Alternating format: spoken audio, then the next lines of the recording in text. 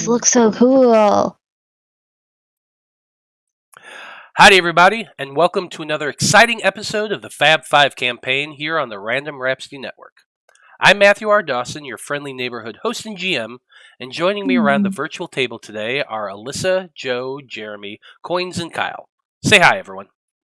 Hi, everyone. Hi. Yo.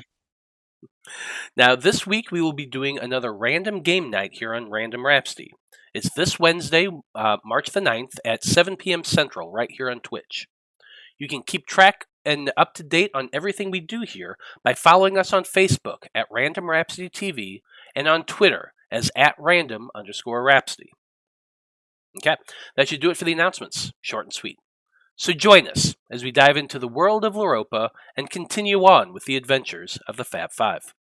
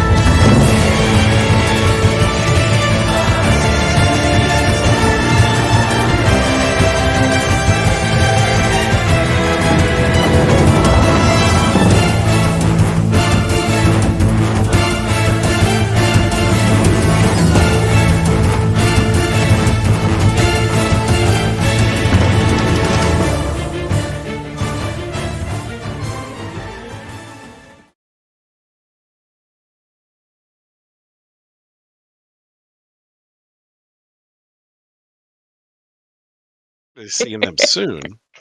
Oh yeah. So, we're back. And when we last left off, the Faab Five had finally returned the copper glaive Rhim had stolen to its rightful place, deep within the crypt underneath the Blue Heron Monastery. While the rest of the team made their way back out towards the surface of Bradfordshire, Veil lingered back for a moment, first to retrieve a rather ornate staff from another of the crypt's monuments, and then to search for his portable hull, which he had left on the ground near the crypt's entrance. While he and Blood searched, Rhim, Eloise, and Apollyon returned to the monastery's study hall, where they discovered that several of the poltergeists had slipped past them and had managed to kill both Jortha Skyline and Father Estru.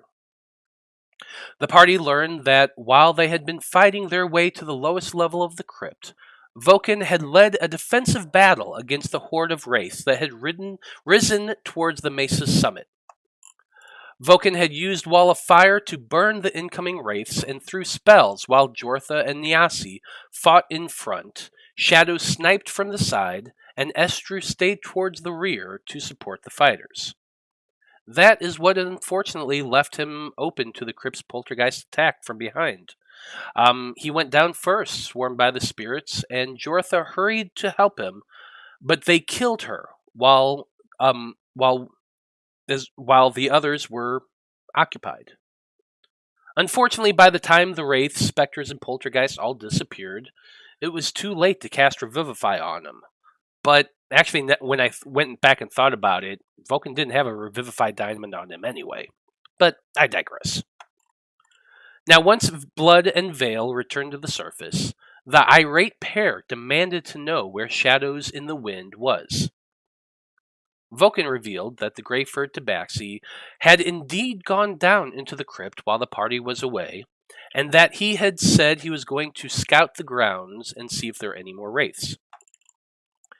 Blood and Veil immediately went out to search for the rogue, suspecting that he had taken the portable hull while he was in the crypt.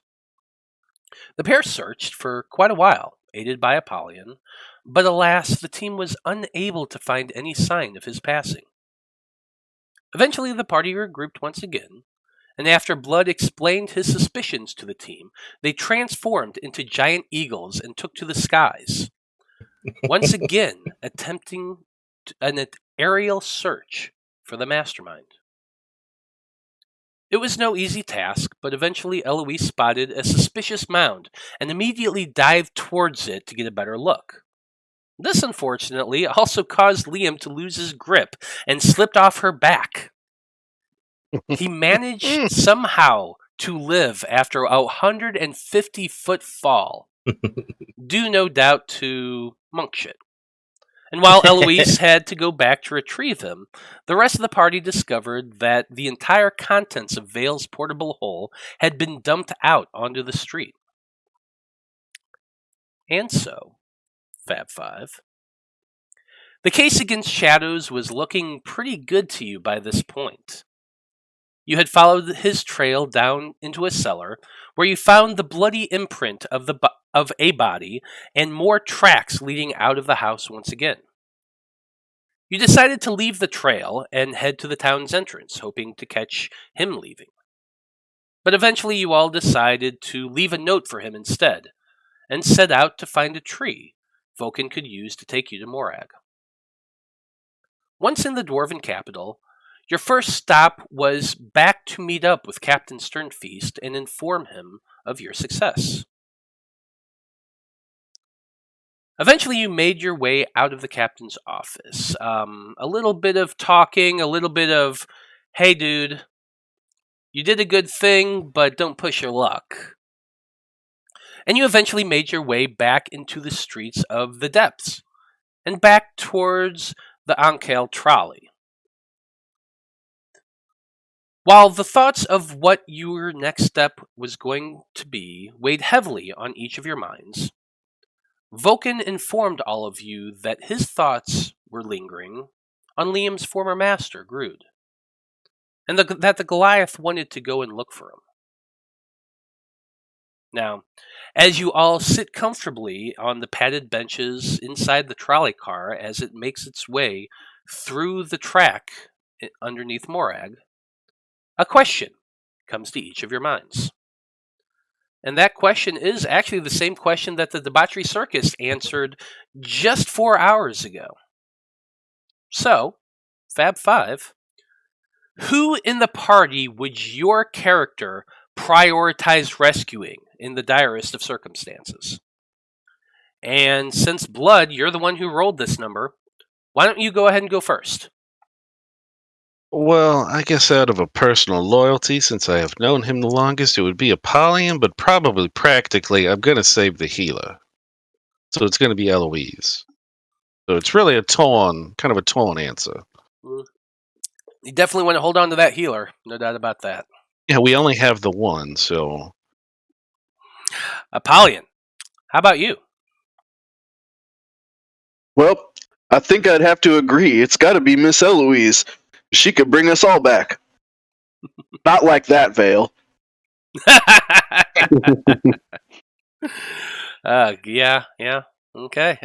I'm sensing a theme going on right here. Liam, I hesitate to ask who yours could possibly be. But it's going to be Blood. Don't ask. You know. Liam is quite partial to Eloise, but it has nothing to do with her healing abilities. Yeah. She's not even at her computer. Liam's more interested in that tail. She's not here, and all of us say we'd all save her.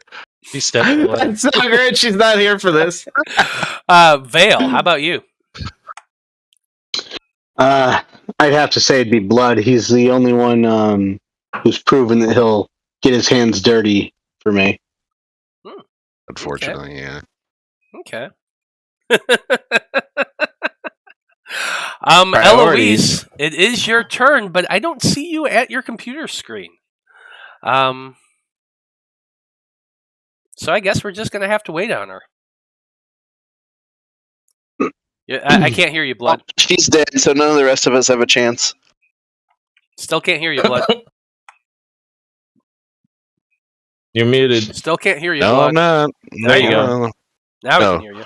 No, it wasn't. It's just, I guess, yeah, she's going to say Blood. We all know that. Like I said, once you go black, you don't go back.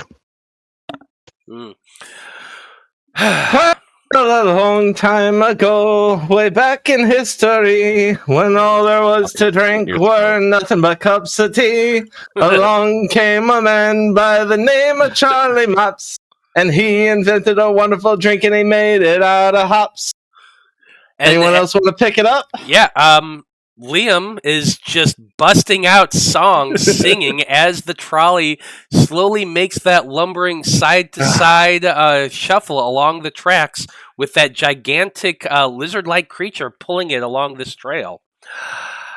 The trolley is coming close to a stop after about 30 minutes or so from the station, and you're coming up on the market district of Morag. The halfling in his, that red uniform, kind of bellhop looking with a nice tall hat. He's the trolley conductor, and he calls out, "Market district! Market district next!" Now, you guys do know that another 3 stops from here is the Erudite Conclave's outpost Epsilon, which is another place that you guys have all talked about stopping. But Faab Five, the market district is coming up right now. You have a choice. Just get off here, keep on going. The city of Morag is yours. So Faab Five, where do you want to go first? Are we wanting to do a bit of shopping before we go check in? Yeah, might as well. How late in the day is it right now? I thought it was morning. Yeah, it's still fairly early in the day. Okay. You're probably coming close to noonish around that time. Okay, I was just trying to get a general time. All right. Yeah, if we've got time, let's go to the market.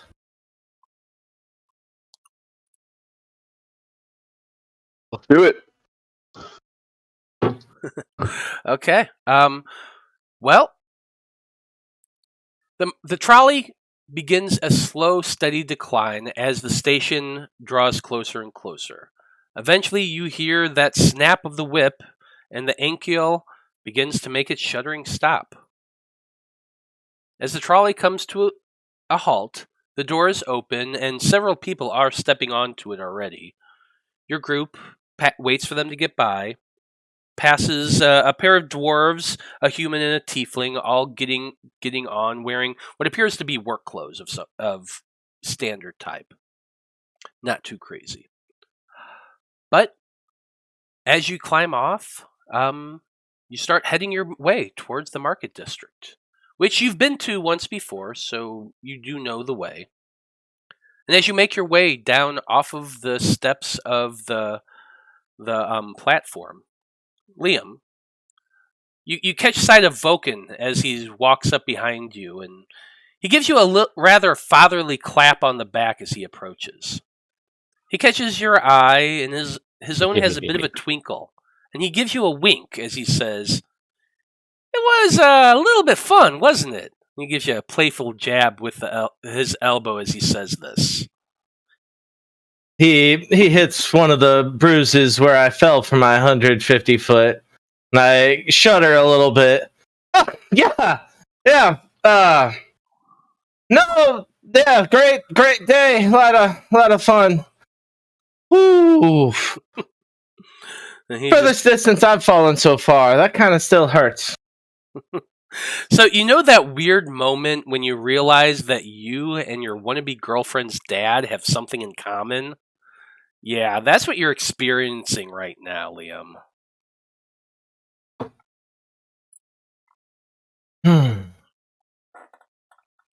But you all start making your way down into the central part of the market of Morag, which I actually have a map of that. We don't know who shot him out of the air. We don't know who that was. It was you two. That's who shot him out of the I don't know air. what you're talking about. I'm an innocent in all this. I already fessed up and said I'm sorry after she dropped me, alright? This was a tavern, I think, right? So yeah, that was the tavern. I just moved you back to the market map. You are familiar with it. You've been here before. You know that there are quite a lot of general stalls of foodstuffs and things like that in Market Row. There's also quite a few actual bigger shops and that sort of thing. Where specifically are you wanting to go first? Well, I think we're looking for a dealer of magical items. and then a gnome tinkerer by the name of Lohim Fucklerall. Yep, Lohim. Great guy. So where are you going? You've said 3 places. There's 2 places at least. Well, yeah. I mean, I guess we could probably check into the tavern and ask them to see if they have advice on where to go, and then they might. Well, like he said, we've been here before, and Apollyon and I can remember any place we've been before. But we've never been to a magic shop That's here, right. and we didn't go look for this tinkerer either. Is the thing. That's why I was asking we could check in with someone if we pass the magic shop, then I already know where it is. That's so. Well, You guys really didn't do a whole lot of exploring. Okay. You guys. I'll tell you what I can remember. I can remember where the town crier is that knows where everything in the city is. well, And I point start away. walking off towards like the main square where I've seen people kind of like yelling out the news and whatnot before. I assume we've actually seen that, right? Oh yeah, you have. You walked through a little bit. You saw some of the temple. You did go to a pawn shop at one point, as well as the tavern, and you met a town crier who is outside of the tavern when you first arrived here. Making your way, I go straight there. Making your way towards the tavern, you do see there is a young gnome man standing there with a bell in his hand, one of those page boy outfits, nice long hair tied back, and kind of young and rakish looking. As he's ringing that bell, and he's going. Town of Bradfordshire attacked by wraiths. People coming from all around seeking refuge in Moria. Hey there. Did you hear all about Bradfordshire? He's looking up at you. Tell us something we don't know. I think we did. Liam, did you hear something about Bradfordshire? Yeah. That came and went. It's already over. Oh, it's absolutely crazy. There's so many refugees here now.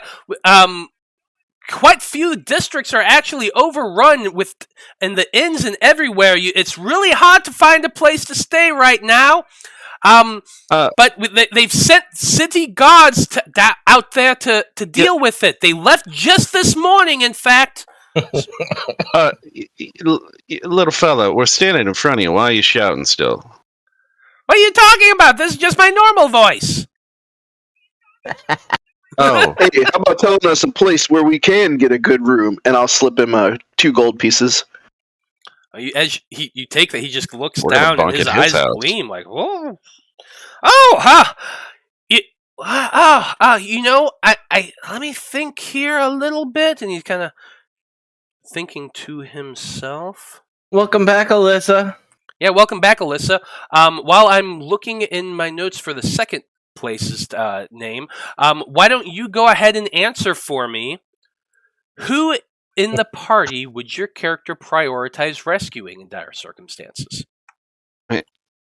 I told him you would have said blood, so you don't have to tell everybody the truth. It's all right.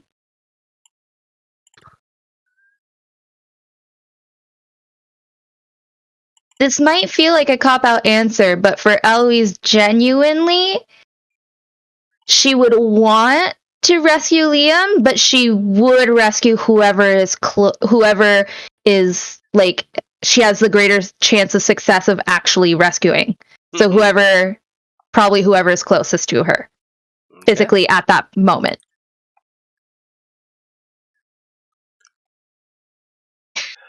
I like it. I like it a lot. So the gnome young man, he looks up at you and he says, "Oh, if you go to the defending warrior down the street about 6 blocks that way, and turn to the west and go down another 4 blocks, ask for my cousin Jimmy, and he will point you in the right direction."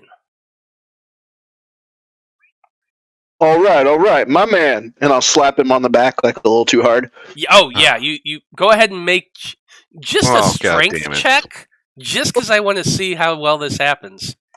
Civilians only have 4 hit points, right? This is a little gnome? This is a little gnome man. You kind of estimate he's probably young adult, maybe, but the moment you crack him on the back, he just goes flying across the street, Apollyon, landing in a heap in the dirt down the street. The coins go tumbling out of his hand, rolling down the street, and he just squeaks in this almost wind knocked out of him kind of way, and he tries to scramble up, trying to grab at the coins. Blood's already. Apollyon doesn't miss a beat, and he just turns to everybody else in the party. Goes, well, I know where the inn is. Follow me. Blood's gone. he's walked away. I'm gonna quickly run after the gnome to make sure he's okay. Oh, by the time you catch up to him, his entire front is covered in dust. He has a little trickle of blood on his lip. He's had to dive to grab those coins before they rolled down the hill, and he managed to get them. And he's clutching them to his chest, but he definitely is looking a little worse for wear. I'm sorry, my friend. He doesn't know his own strength, and I'm just gonna okay, and then I'm gonna cast Cure Wounds. Okay, go ahead, cast Cure Wounds. 6 points of healing. Yeah, you do see the cut on his lip mend together as he's standing up. Oh, thank you. Hey, I'm just gonna your dust him friend off is a little strong. Your friend is strong. Yeah. He tends to forget that he's that strong, and also that a size difference makes a difference. Hope you're okay. Sorry, what was your name? Oh, my name is Gendry. Gendry, okay. Gendry Shortfoot. Gendry Shortfoot. Well, thank you so much for the helpful information. We'll make sure to go see Jimmy. And sorry about Apple. He's just Your friend's name's Apple? Well, I guess he kind of looks like one, doesn't he? Well, his full name is actually Apollyon, but I call him Apple. Oh, I feel like I've heard that name before. You hear a whisper on the wind. Don't use his real name. Didn't I hear about a guy? Us town criers, we do hear a lot of stuff. Wasn't there a gladiator and something like that? I don't know anything about gladiators, but Apollyon rushes over and pops up like, "Oh, you've heard of me?" I thought he walked away. Oh, he did, and he just comes charging. Imagine a giant fucking red bull charging down the street at the bare hint of hearing his own name, and just the terror on this kid's face. He screams and jumps. Both coins go flying out of his hand, and he's just running. He takes a full run. We are so going to prison. Not if I animate those coins and murder him with them. Only in public. Oh my god! I was trying to make him feel better. I think that ship has sailed, yeah. Oh, the kid's running. You These 2 left. coins that are on the ground, and let's go.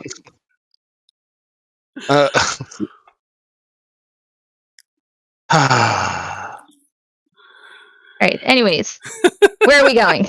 Where are you going? Good question. Where are you going? To the tavern. Gotta get us some comfortable living situation here. Well, the defending warrior 6 blocks up, 4 blocks down, but or 6 blocks over, 4 blocks down. I guess you could say if you're gonna. But I guess Blood's gonna be asking people. I don't have maps for everything, so this is just generic. Well, if I said 6 up, 4 down, it's literally you're walking one way, then walking back the other way. So it's 6 over, 4 down. 6 up, it was 6 up, 4 west. Mm. But yeah, you can follow the directions fairly easy. Blood will be asking shopkeepers and things for Lohim's if they know where he is located. So Lohim Fucklerall.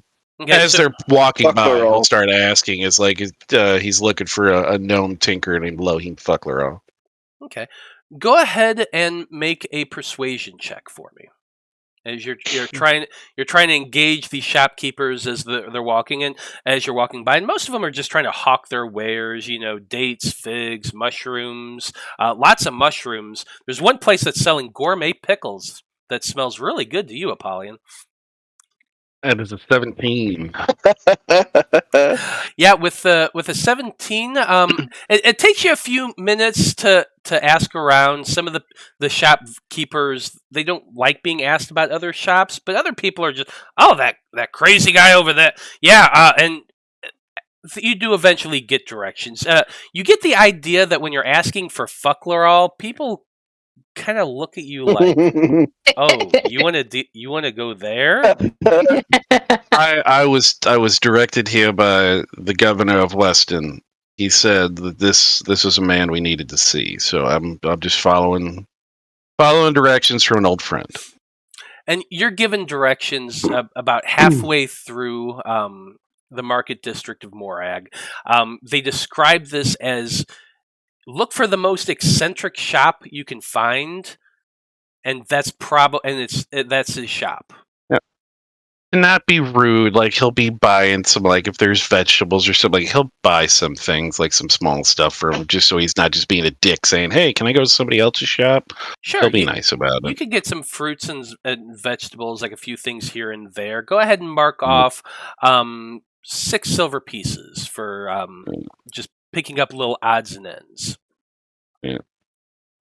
And eventually you do get directions to the most eccentric building in the market district. A tall conical structure that has pipes going in and out and all over the place. And they describe it as a place that has very acrid, chemically fumes coming out of it at all times. If you every so often, if you get up to the skyline and look out for the one place that has different colored smoke coming out of it, that's Fucklerall's. You can't miss it. All right. I guess the blood wants to go in. You know about everybody else. They can keep going to the defending warrior if they'd like. I'm heading in with you. Yeah, Liam's curious. He's gonna go with Well- blood. This shit looks fabulous. Count me in. Well, And Apollyon will make some going. more rainbow-colored sparks in the air. Yeah. Well, I guess is that you have an actual place for this, like on the map, or are we just doing theater nothing of the mind? No, not really. Okay. So sounds like everyone's heading to Fucklerall's. Love it. Like I said, with a name like that, how can you pass them up?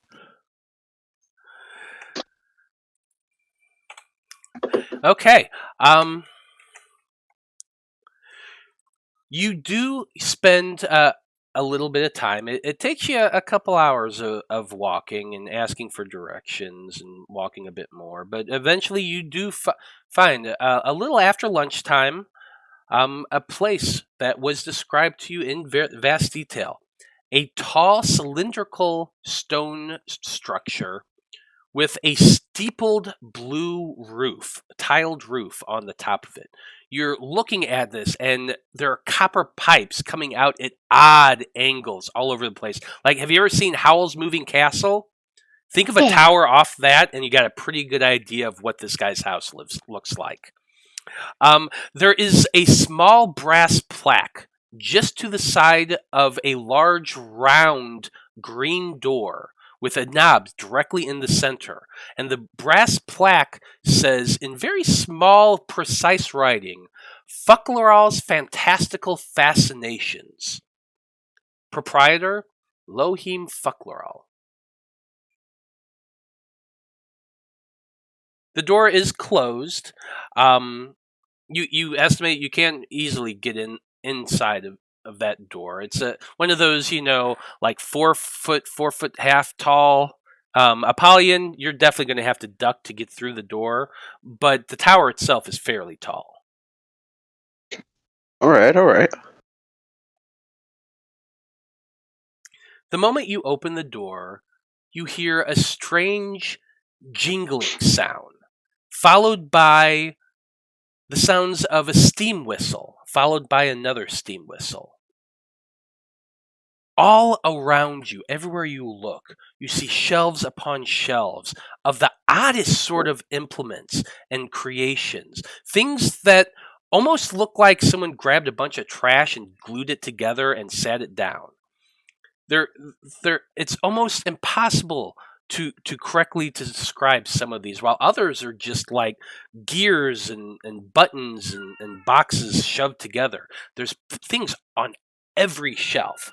There is a gigantic steam engine, very small and minute, working on tracks that as you're looking, that's the sound of the steam whistle. It's actually a steam engine, a tiny miniature one on tracks that is moving around this upper platform, around and around, going down, whistling as it goes around the interior wall of this 50 by 50 foot cylindrical tower. You actually have to walk past several shelves, and as you do, runes begin to glow and appear along the floor in various places along these shelves, almost as though they're guiding you in a specific direction. Veil, you especially notice this, that the runes themselves are carved into the wood, like just pure wood carvings. But as you step and walk along, the lights just seem to go along it, tracing into a backwards direction. Okay. As you continue on, you find a very large counter with a very short gnome sitting behind it, his back to you, working on a drafting table. You can see he has a crown of white along the back of his head, long hair. But his top of his head is bald, like an egg, and shaped like an egg. He has one ear, and the other is just a bit of a stump that's kind of looks as though it got cut off and had healed. And he's wearing one of those, those visors that accountants tend to wear. He's wearing one of those over his head with several pencils and a ruler and actually a smoking pipe tucked behind it that's giving off a kind of a blue smoke. He doesn't look up as you approach. He seems to be writing something, scribbling on this drafting desk. But the moment you get about 10 feet away from the counter, you hear this voice call out, "Oh, what you want over here?" Would you happen to be Lohim? The gnome twists around on the swiveling bar stool, and it just kind of twists like 2-3 times before stopping himself. And you see just the oldest gnome you can possibly imagine. Long, bulbous nose, covered in warts, 2 bright, piercing blue eyes, and just a stubble of fur over his chin. "Yeah, I'm Lohim. Well, What can I do for you?" Well, you come recommended. We ran into some people. I guess it was in Port Valena, I think, when Blood heard about this guy. It wasn't from... Because the governor said his cousin... Yeah, his cousin has a weapons shop. Yeah. It's I heard for some tinkerers in Port Valena that you would be the man to come to talk to about making some things. Would that be correct? Well, I'm pretty busy these days, but I suppose I might be able to be encouraged for the right price. And he kind of jumps down off of his stool and comes waddling over to the counter. And as you get closer, you can see that he's basically built this stairs along a railing system. Like, those library stairs that you kind of move around on tracks? It's kind of like that he's built in, and he just kind of totters up onto it. And as he comes close, he just pulls a long sheaf of paper out of a bag of holding. You recognize at his waist, long piece of paper, almost the size of him. He spreads it out on the table, and he says, "So you're looking for stuff, huh? Well, yes, I am. I don't know about my companions, but I was looking for a special set of braces to be made. See, we found ourselves captured by some undesirable folks a little while back, and our weapons were taken from us. So I was wondering if a special set of braces that look decorative, so they do not appear to be a weapon of any kind, could have a dagger or a blade hidden on the inside. They could be activated to be able to free myself, or in a pinch, use it as a weapon to defend myself. He kind of leans forward, and you notice he has a spectacle, one of those monocles that hanging from his vest. He picks it up and kind of puts it close onto his eye, and he looks at you through it. And the thing starts extending, almost like a jeweler's lens, as he's looking directly at you. He kind of looks you up and down a little bit, and he says, "Give me your hands." So hold his wrists out, his hands out. He reaches up and takes your wrist, and he kind of looks over you a little bit. You notice his hands are smudged with ink. Like half of them are black, and there's smudges all over the place. A little bit's getting on your fur as he's touching. Has that area of fur he had to shave off for the tattoo grown back yet? Not a little bit by this point, but not a lot. I mean, it's definitely shorter. It takes months for hair to grow back fully, but it's a little bit grown in. It's been a few weeks since then. Yeah. Anyway, as he's looking over your hands, he goes to your finger and he pushes back the skin on the tip of your finger, popping out your claws. And he looks at that and he says, "I think I found your extending dagger here. That'll be 50 gold." No, sir. You don't. Those are not. Those are a part of me.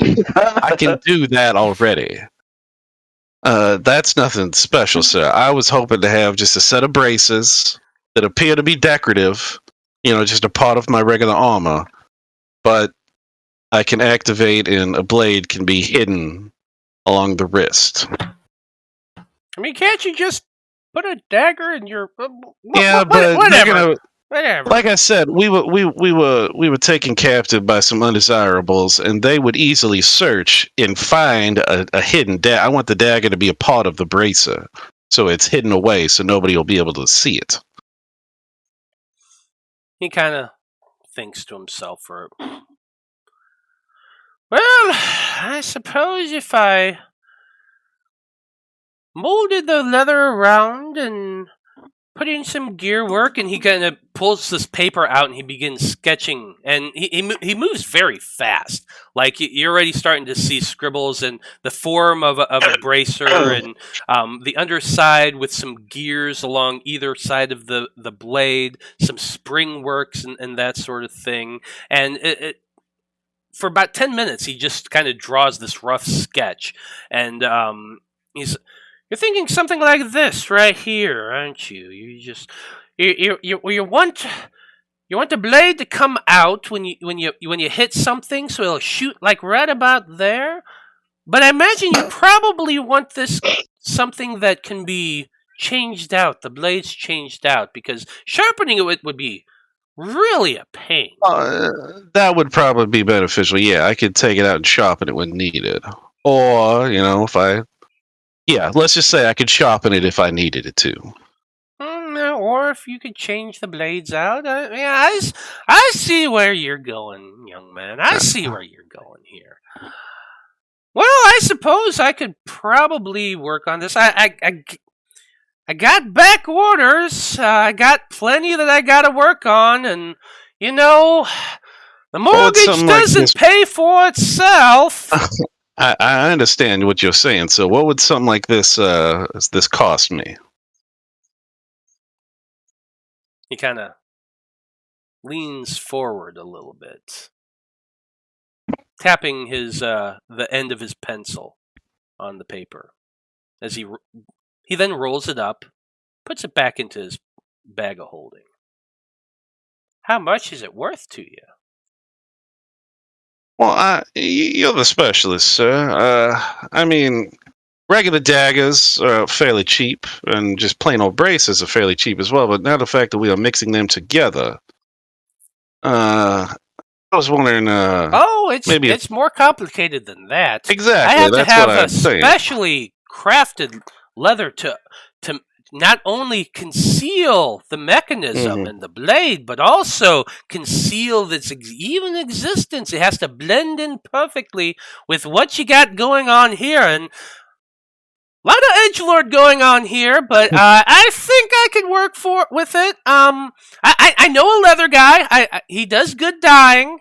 He can do that. The mechanism itself, well, I suppose it might be a bit difficult. Looking around But this you know, shop, if I cut off your finger, I could. That that's blade not going to would happen. probably. Yeah.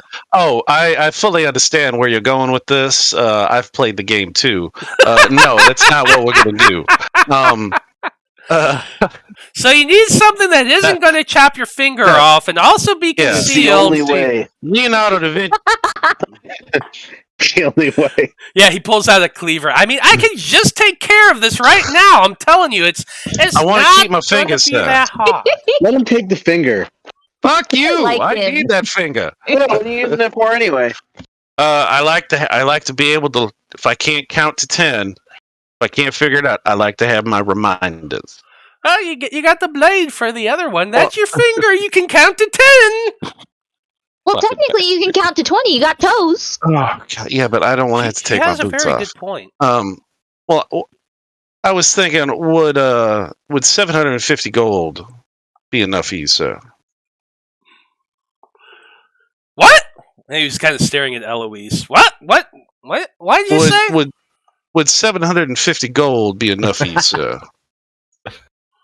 Well, I suppose as a down payment, maybe, but Oh, you that's know, a I have down to. payment. I have to craft every gear. I'm gonna have to carve. Well, I'm then gonna have to melt down and mold each one of these things. They have let's to be negotiate precise. a final price, sir. Let's not be coy. You post a number, we'll negotiate. Well, Checks, you know. but Blood, you might want to tell him when you need it done by, also. Oh, yeah, that is a good point. You know, this kind of work isn't easy, and it takes a long time. I suppose I could get it done in a month or so. And, A month or so? Oh, I guess with parts and labor, and I mean, that's a lot of work, and I do have other projects here. Well, I could sweeten the deal if you just tell me what you're thinking about for the price of the item. Well, for the a month's labor and putting aside some other things I'm working on, and you see the blueprints back there. I got a lot of work over here. You know, a lot of people thought we were crazy for coming to you. But I said, no, this man's going to do good work. I've heard good things. And I suppose, if I came across anybody that needed any tinkering done, I could let them know where they can find you. Go ahead and make a persuasion check.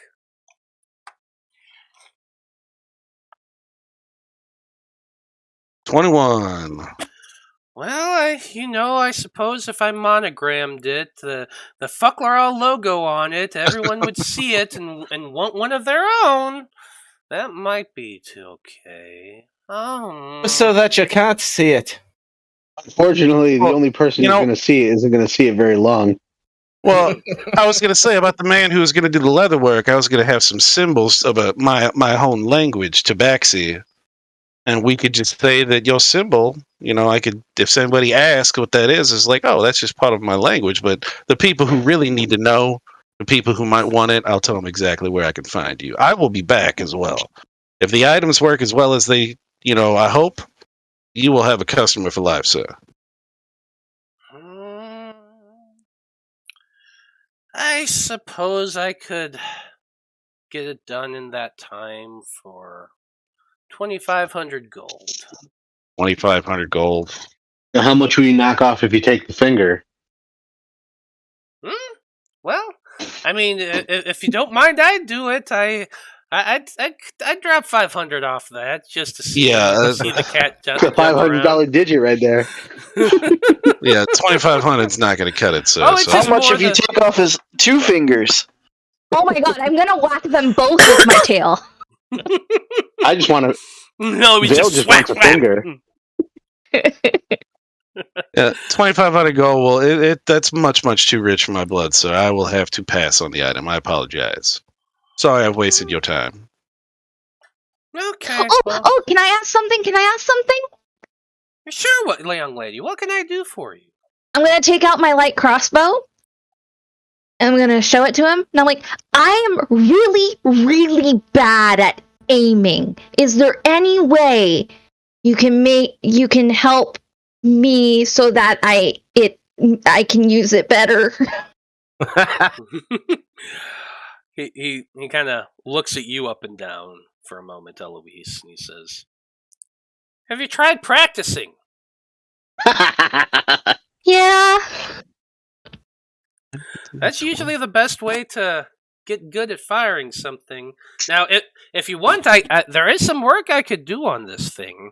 I could make this fire twice instead of once by reloading quick.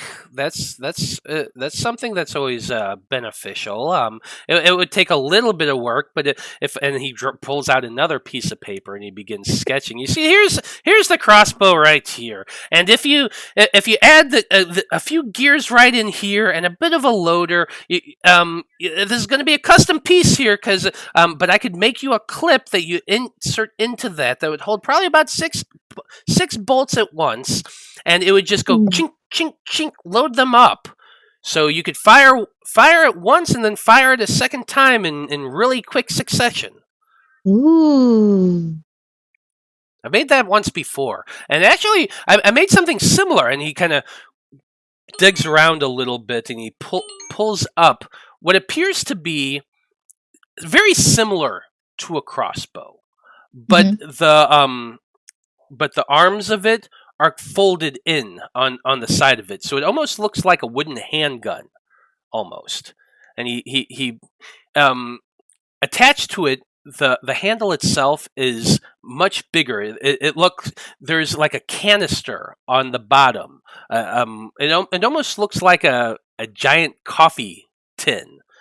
Just pure round tin that's attached to the bottom of this handle. And he holds this thing up and he says, "I made something similar and I had a really good idea once." And he pulls this lever back and the arms open up. And then you realize that there's a grappling hook on this, a very small grappling hook, only about, this big, about the size of your hand. This here is a grappling hook gun. Now, what you do is you aim it like this, and he puts it overhead, pointing directly at each one of you in turn, and you all kind of duck down, freaking out as this guy. I don't duck. I'm just like, ooh. And he just thunk, and the arm of the grappling hook goes flying. A long rope comes spiraling out from the gun itself. It's not very thick. It's actually kind of thin rope, probably maybe about an inch or so thick, but it flies up and thunk, and then he pulls back. Now, if you hit this button right here, and he hits a button, and the thing just pulls out of his hand and goes flying up into the darkness. Whoa. Wait, so it would pull you up? Pull me up anyway. Maybe, he looks at you. Yeah, he'd probably pull you up. That guy over there, I don't know, but yeah, it goes up into the darkness, up onto like a balcony on the second floor. Yeah, because if you look up, it's just a long spiral of balconies and balconies. You can see all the way to the top of this thing, and there's just floor after floor in the while the middle is open. Okay. I'd like to use the key point to do Step of the Wind to jump up to where the grapple gun landed, and I'll retrieve it and then slow fall down and bring it back to him. Oh yeah, you jump up, have to jump onto one shelf, and things start rattling and shaking. He's like, don't do that! And you just jump again and go flying upward, trying to find it. Make a perception check to see if you can find it. Yeah, or an investigation, either or. Oh, we definitely don't want to do an investigation. 23. Oh yeah, you would definitely find it.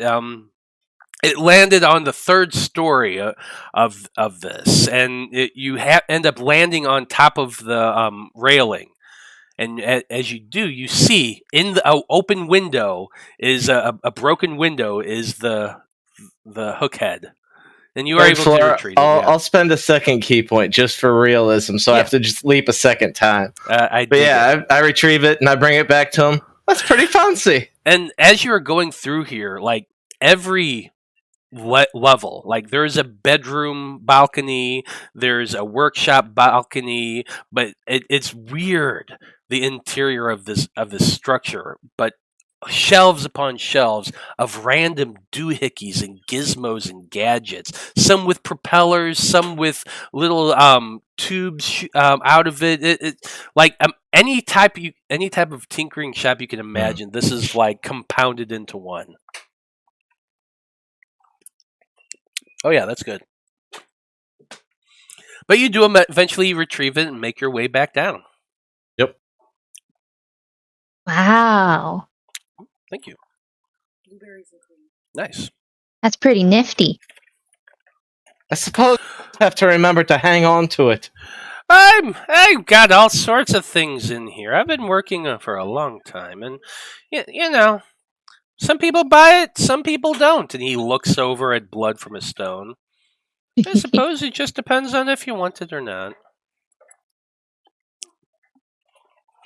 So, for the what you were talking about for my crossbow, how much? And how long? Yeah, that too. Well, you know, it's a long and complicated process. I have You said it to would be fairly quick.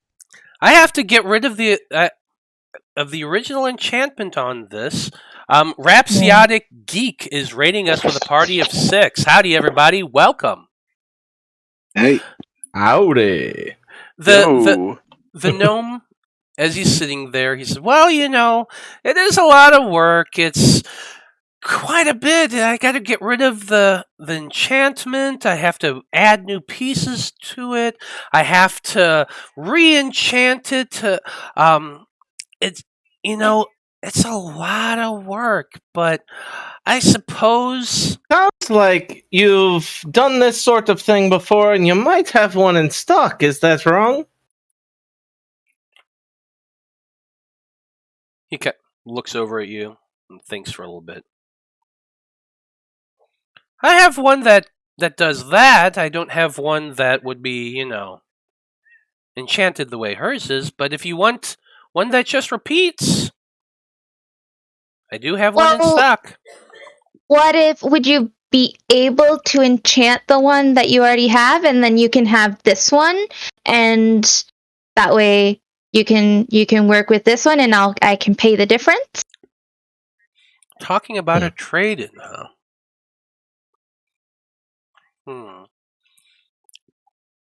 I suppose if you're wanting to trade what you got here, and you want to have me enchant, well, it will take about a week to enchant. I'm not going to lie to you.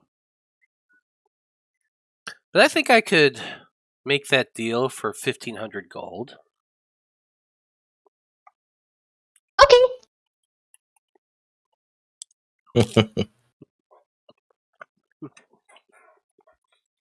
Okay, let me get a work order here. And he goes and pulls out another sheet of paper and begins writing out the details of what you're agreeing to. She loves contracts. She does. Well, this is more of a work order. It's simply agreeing that you're having him enchant his the repeating crossbow that he does have. Mm-hmm. That way, it would be a +1 instead, and you are going to trade your +1 crossbow that you have for fair market value, plus 1,500 gold pieces for the work that he will do, and he will have it ready in 1 week. Yeah. Absolutely. Okay, so then how are we doing it? Do you want like the crossbow now, and then I'll pay you when I pick up the other one, or Hold on. Vice or- versa. You pay me for the work now. Okay. Pay me for my time, and we'll trade the crossbow for the repeating when you come back. Okay. Pretty good deal. So I'm gonna hand him my 100 platinum. Oh, platinum! I haven't seen this in a while. Big spender. Where'd you get platinum? I have no idea. I wonder if you put it in the wrong slot. And then Yeah, 'cause I don't 500 think we've gold. ever. I've got 2 platinum because we found like 10 pieces or something like that. Wait, so do I have any platinum? Oh, and you know what? No, it was we had a bunch of platinum from we exchanged that already because we gave Tomas a cut of it. We had like 700 platinum, I think, is what we found. 100 went to the conclave, and then we each you probably converted it to gold. Oh, I didn't. Or you used it. I You just never didn't did. bother. Now I remember that because I remember we Okay. gave Tomas 100 platinum. Gotcha. How much gold do you guys have? It was part of his cut for helping kill the Dream Witness and taking care of those people. Yep, he was part of our team. I'm just curious how much gold you guys have, just so I want to know if I'm around the same or. 24.55. Louise doesn't know because she doesn't keep track. She just starts counting when when she needs to give it out. So she doesn't know. Yeah, I'm also in the 2000s, a little over Ollie. Did you put in what Blood divvied out at the beginning of this session? Yeah. Yep. All right, because I'm at 3661 for some reason. You just Well, don't. that Yeah. sounds about right. Yeah, I mean, like, Not everybody spends the same amount. I spent every penny I had on that beer cart when we were in Port Valena. I was gonna say Oh yeah. Eloise isn't a spender, so like I have a lot.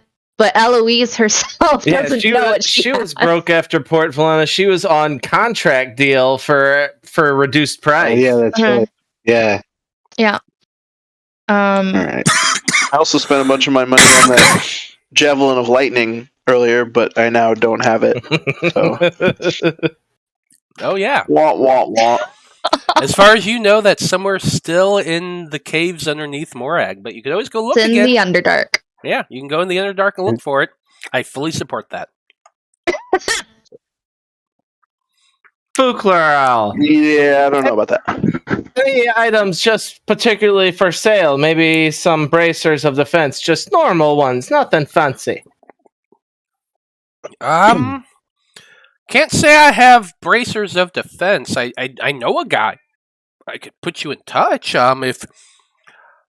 I could just give him a call and finder's fee and all that. He kind of grins at you. Too much in way of a finder's fee. I could give you about 200 gold. That's a pretty generous finder's fee.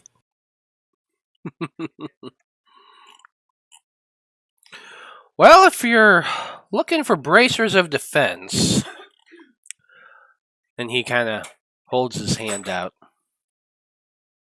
Yeah, Like the hand over 200. Candyman and the Candyman and Willy Wonka. Yeah, a little bit. Ask for Gilther Battlehammer of Gilther's Fortune. Gilther Battlehammer. A nice strong name. Oh! Forgot. Would you happen to have any goggles like my friends have that can help me see in the dark? Oh, goggles of night. And he pulls a pair out from his back pocket. I use these all the time, young lady. These are very useful, especially in my line of work. I also have these, and he pulls out another pair of goggles. These ones here help me see a little closer. These ones here, let me see a little farther. They're my closer and my farther goggles, you know.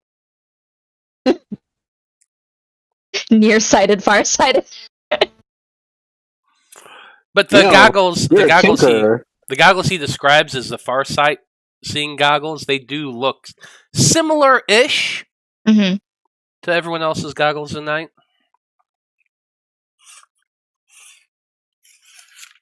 So how do the close ones? How do they look different? How do they look different? Well, they look Sorry, very. I'm trying to figure out what you're trying to tell me because I'm not getting it. Sorry. That's what that is. I was just he has the eagle goggles. Oh, okay. Yeah. You wouldn't happen to have something like a whistle shaped like an eagle, would you? I could carve one for you. That wouldn't take too long. A whistle shaped like a bird? Well, what does it do? Polly, I could carve you a whistle. They're whistles. Oh, no. I'm looking for something to make the Golden Boi fly.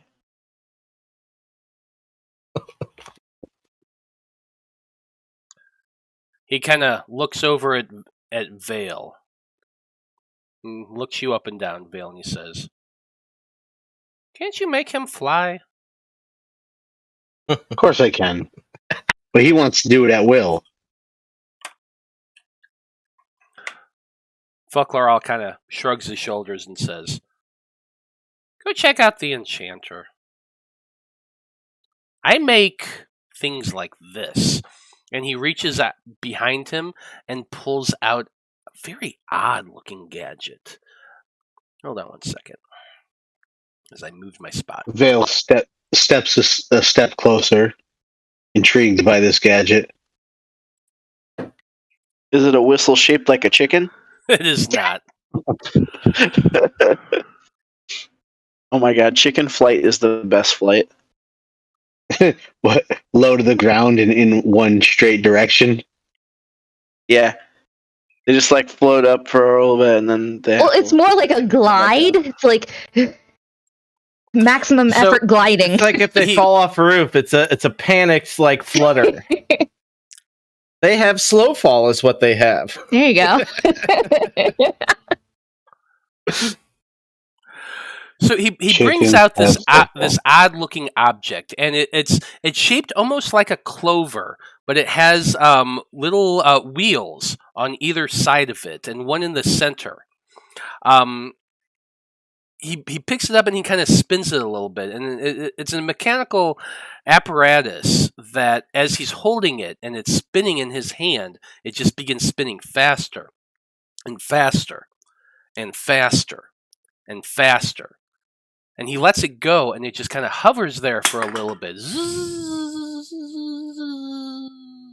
before it falls down again in his hand. He says, "Things like this."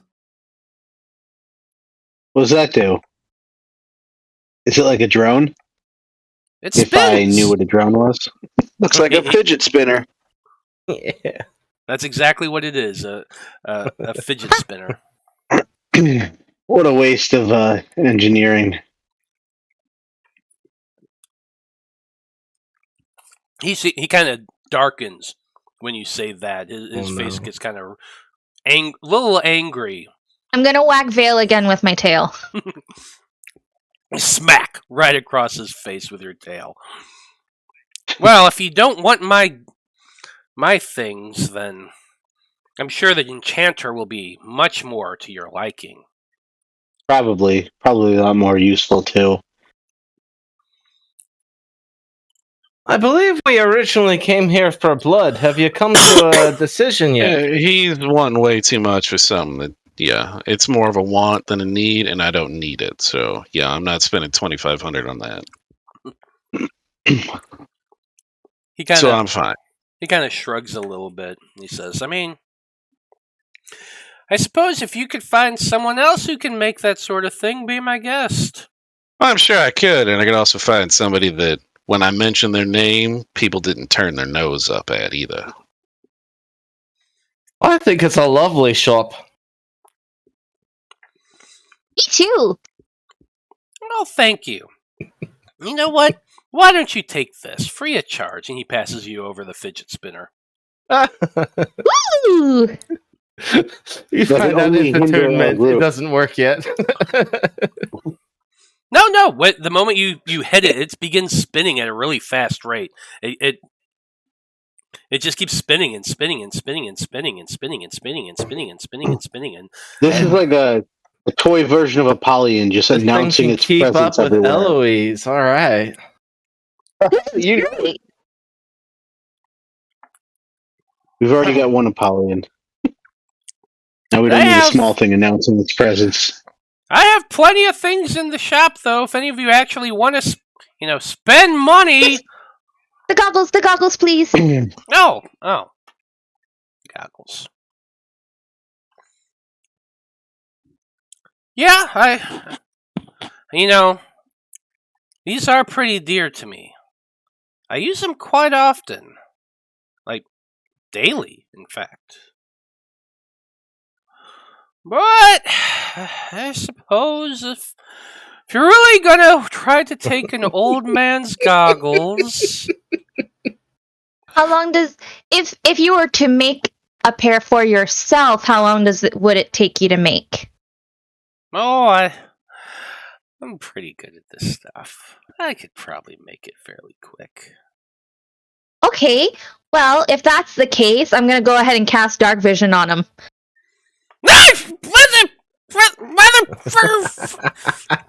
There you go. So now you don't have to worry about needing the goggles until you've already finished the pair that you're gonna make for yourself. And he's kind of blinking like, oh. Well, I suppose I could. You're a very sweet young lady. Not at all like your Darkford friend over there. Oh, he's just grumpy right now. But we're gonna feed him lunch soon, so don't worry.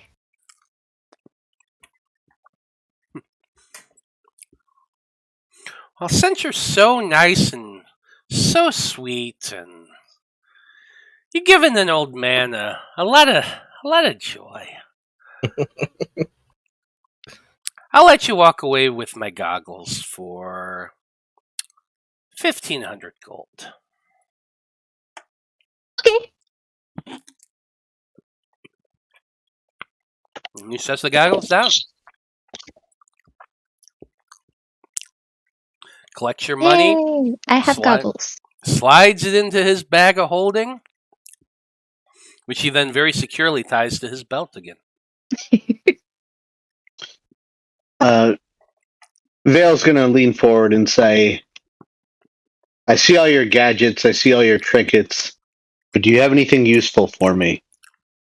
Oh my god. I'll say, I have a sack full of coins, if it's good enough. You know what, my friend? He just lost his hole. Do you have one? Eyebrow just slowly begins to rise. He would probably stop being such an ass if maybe you had one. It's kind of an inside joke. We say he lost his arsehole because he can't see it anymore. He lost his hole. I'm afraid it's a hole, and he was folded up and have it in his pocket, and he kept all of his friends in there. It's kind of a weird sex thing. It's kind of I backing don't away think a so. little I bit. don't know. I haven't had that conversation with him. Vale, is it a sex thing? It is absolutely not a sex thing. Okay, so it's not a sex thing. And you see the gnome making an insight check.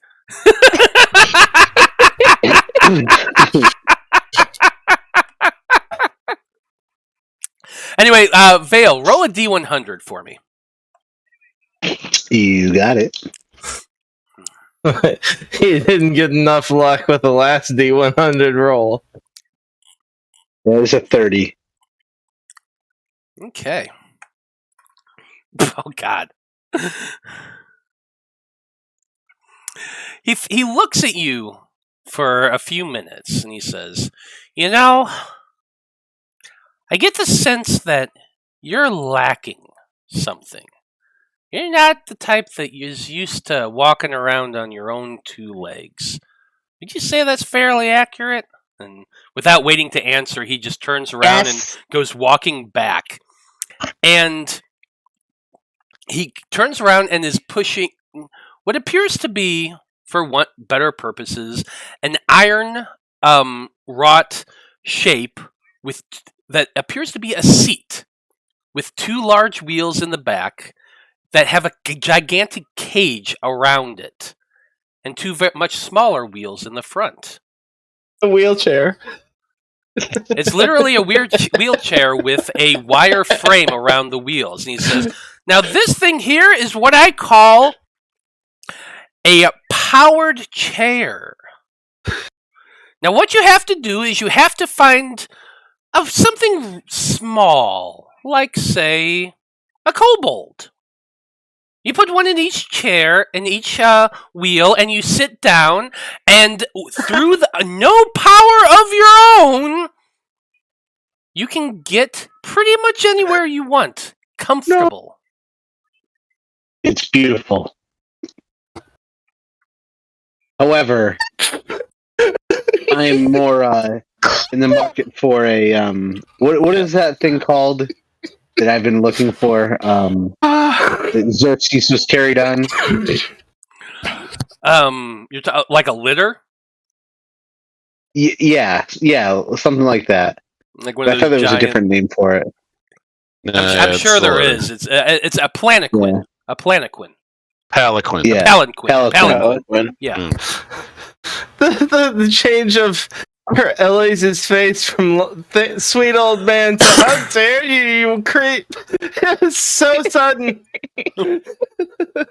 I mean, you don't have to use kobolds. A corgi would work too, or any small animal. I've got something a little larger in mind to be carrying me around on. However, I would like to possibly commission a palanquin from you at a later date. I'm more of a tinkerer. You know, I make things. Right. Well, I make things like this, and let's see. He pulls out what looks to be a crystalline ball with a hole in one side and a tubular protrusion in another. And he holds this thing up and he says, "I make things like this, you know. Now, you look like the type that like the spells. And what this does is it alleviates the heat passed through it and extends it and allows things such as fire to go a much farther distance than it normally would. It's almost a focal. You have to cast your spell through the tube, but when you do, it goes quite a bit farther away." Nice. Does it require attunement? No, not at all. It's a fairly simple use. It's not magical per se. It's magically intended. Like a electrical amplifier. It doesn't enhance anything. It's just it's using science It enhances the distance. to send something farther. Okay. Does the can this be affixed to a rod? I suppose you could fix it to whatever you wanted to. And what's the cost of it? Well, No. Just tell me the cost. and he seems kind of put off because he likes doing his spiel. He really enjoys doing his spiel. I could tell. But this item is going to cost 3,000 gold. But Yeah, I lazily swatted away with my mage hand. You swat at it, and what? And he starts tumbling on it, and it drops, and you hear No, I didn't. nah, All right. I'm kidding. All right. It does go tink Yeah. tink tink tink tink down. It's fairly tough, and you fucking asshole. Fine, if you don't want to cast your spells at a farther distance, that's your own problem. I just want to clarify. I didn't slap it away. It was just more of like a brush aside type. I mean, you said I slap it away with my mage hand. He said lazily, so it wasn't like you were. But he does everything lazily. That doesn't mean anything. Yeah. Fine. He meant he takes the napkin on the table with the money written on it and slides it back across the table, is what he meant to say. Okay, whatever. He didn't break it. I wasn't. All right, yeah, I didn't want to be that big of an asshole. You jerk. He kind of just chuckles. He says, I suppose none of you really need to really have a whole lot of money, do you? No, I we've got been money. we've been on the go for a long time adventuring, but for some reason it hasn't been as lucrative as we'd hope.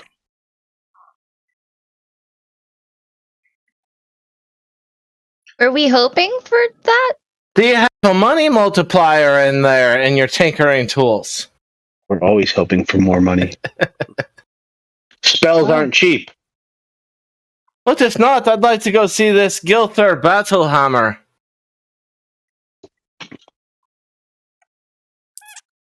Yeah. And that's it. I got my goggles and the crossbow thingy. I'm good. That's all I got. Crossbow. I turn to him and I say, not all your stuff is trash. I've just been having a bad day.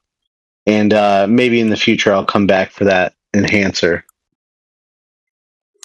Well, I suppose so.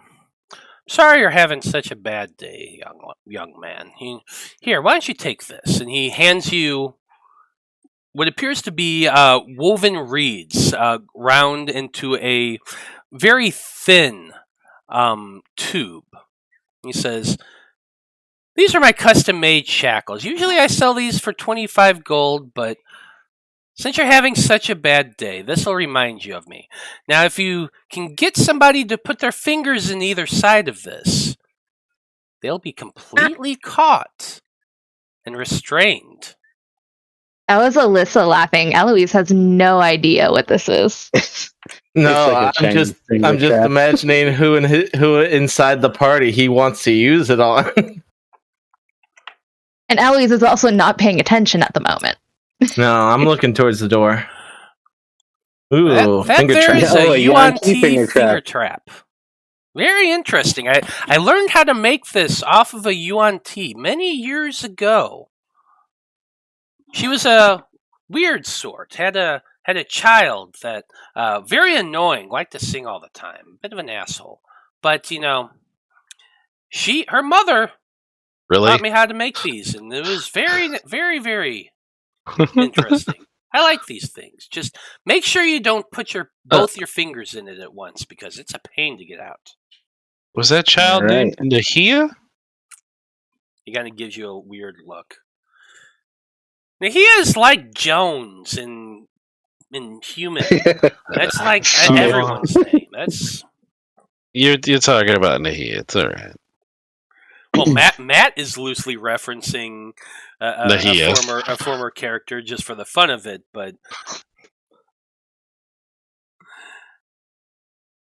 I literally do have a D100 chart for all sorts of gnomish inventions. So if y'all want to look at anything else, you can, or you can just go somewhere else. I'm ready to move on. Anybody else got anything else? I'm gonna ask him where I could find some high quality parchment and ink for copying spells. I would think that magic shop we're supposed to go to. Okay, then the enchanters. Yeah, he should have it. Yeah, Mr. Battlehammer. Okay. So you leave the shop with the loud chimes and whistles and all sorts of that tomfoolery. Feeling a little disappointed. Of course, you also I'm didn't not. negotiate too much, so Yeah, there's she got what I, she uh, wanted. I say to the group, that's exactly what I thought it was going to be like.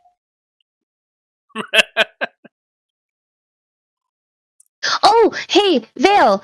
I don't know if how you're doing with these supplies, but I bought some a while ago, and I don't have any use for them. But I know that Jareth, you need it for Jareth, so here, and I hand him over 10 uses of charcoal and incense.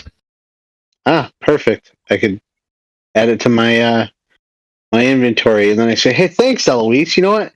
I picked this up a little while back," and I hand you the finger trap that was just given to me. Oh my god. Ooh, what is it? Oh, I'm not sure. Huh? Just be careful with it. Why? It just looks like I don't know, like reeds or some sort of grass or something. Yeah, maybe investigate a little more, but maybe not now. I think you're supposed to put your fingers in there. Oh, really? So And you- then as I'm starting to put my fingers in, I'm gonna go, oh yeah, Vale. I was wondering, you know that big giant potion cookbook I found? Do you remember? Do you think you could translate it for me? What Ah, language? I can give it a look again. What was the language? Do you remember? No, I it wasn't one can that give it a I shot. knew. It wasn't one that I knew. That's all I know. I thought the apothecary. I thought she was human. What? Yes, I speak human. I thought she was a human. I thought the woman that ran the apothecary shop was a human. Yeah, but that doesn't mean Just she didn't didn't know other languages or didn't inherit or buy the book from a non-human person. Who knows? And you also, if you don't know, I mean, did he say it was in another language? Or did Yes, he said it was in a language that I did not know. Because Vale Yeah, I is could the one take- who identified the language. I could take a look at it. Okay. you're talking Matt, about do you recall? you're talking about what you found in Bradfordshire, Yeah. right? Yeah. In the abandoned apothecary where the Yes. woman was dead. Okay. Yep. I mean, I can go back and check the episode if you want. I vaguely I remember the book. I don't remember what language if I told you a language. If I just said I don't think was he it- did. I think it just wasn't one that you know. Okay. Then in that case, yes, I do know exactly what language it's going to be. Of course. We're going to say it is what's the I want to say it was Sylvan. Actually, I don't think he ever. that sounds about right. Actually, I think it was Sylvan. So yes, I am fluent in the Sylvan language. So I remember And I'm it not just wasn't saying that going to because be I'm fluent. druidic. If I it- remember it if wasn't it- yeah. druidic. So Yeah, if it would take too long to translate the whole book, maybe just look at the potions and maybe translate their names, and then we can decide which potions we think would be most useful to us, and then we can just translate those ones, and I can start trying to learn how to make them for us. Maybe. As you're explaining and saying if it will take too long for me to read a language that I'm fluent in, then translate into a language that I'm also fluent in, Vale's eyes start to narrow, like you're almost insulting his intelligence. At this point, both of my fingers are in the trap. there's actually some really fucking cool things in this no All mission right, adventure. you've got a dexterity save to make immediately, I believe. Well, I haven't noticed that my fingers are stuck yet. No, this Give is me a true. minute. This Okay. is true. She's just walking through there with her fingers in this as you're all walking out into the streets once again and heading towards the enchanter's shop. And I think that's a great Fingers place to. bound. I think that's a great place to take a break.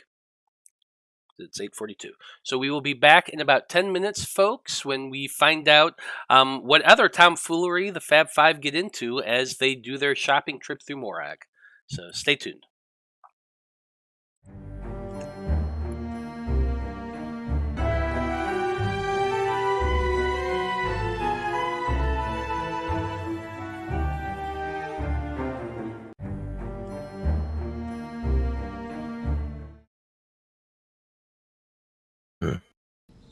Okay, we are back, everyone.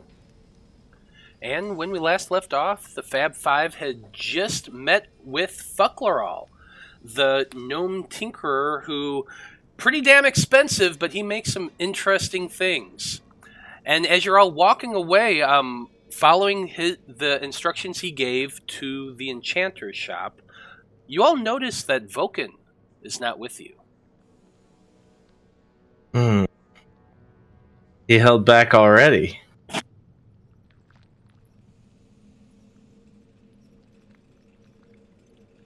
I look over at Eloise and I say, "Did you see which way he went?" Hoping that she tries to point with her fingers. Because they're in a trap. Oh, but he said that he was going to probably separate off, so he's probably going to see if there are any leads. Right. I don't like the thought of him going after Groot alone. I suppose if anyone could talk to him, it'd probably be him, though.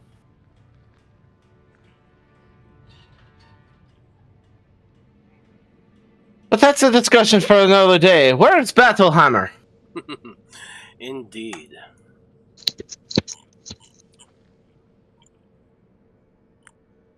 I don't know. No, not you in particular.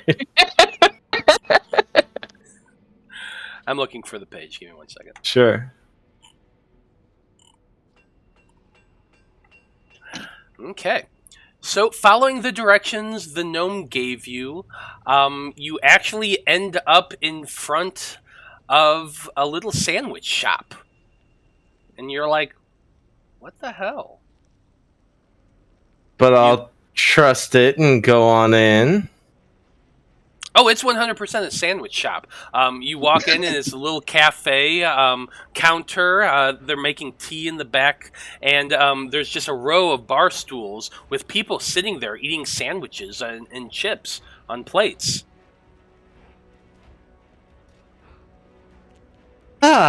There's a tiefling standing behind the counter, and she looks up. She has a big old tea kettle in her hand, and she goes, "What can I get you, hon?"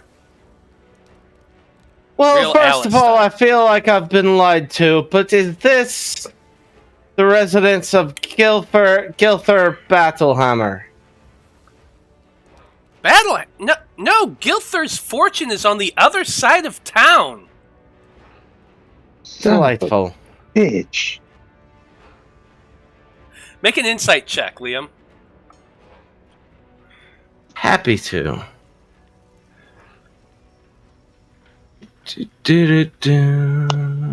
Goop. Rolling. 27. Yeah, with a 27, you have a pretty good idea that Fucklerall was fucking with you. He's kind of saying y'all are acting a bit hangry and need to go get a bite to eat. Which he did mention something about being hungry earlier. Let's get these sandwiches to go. I am pretty hungry. That arsehole. I could eat too. Very well. I'm sorry, I thought of it while we were on break, and I just gotta. So for 6 silver pieces, each of you walk away with a very nice-looking sandwich wrapped in paper, a little sack of potato chips, and a mug of ale. You're feeling pretty good as you, because you also walk away with the actual directions to Gilther's, and you spend the time At least walking. the name was right. Yeah, the name was right. The name was right. He was just saying, y'all bitches need to eat something. You're kind of whiny. And so, And I got his grappling hook for him. And speaking of which, as your group makes your way through the city towards Gilther's, about an hour goes by. by the time you find it.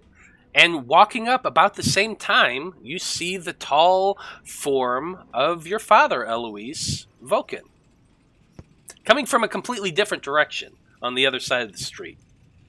And he kind of... Before you wave, Oh yeah. make that Oh, deck yeah. save. Yeah, make that deck save. Because she's got her fingers in the finger trap right now. Oh, 15. nailed it. I did. Yeah, you... Holy shit.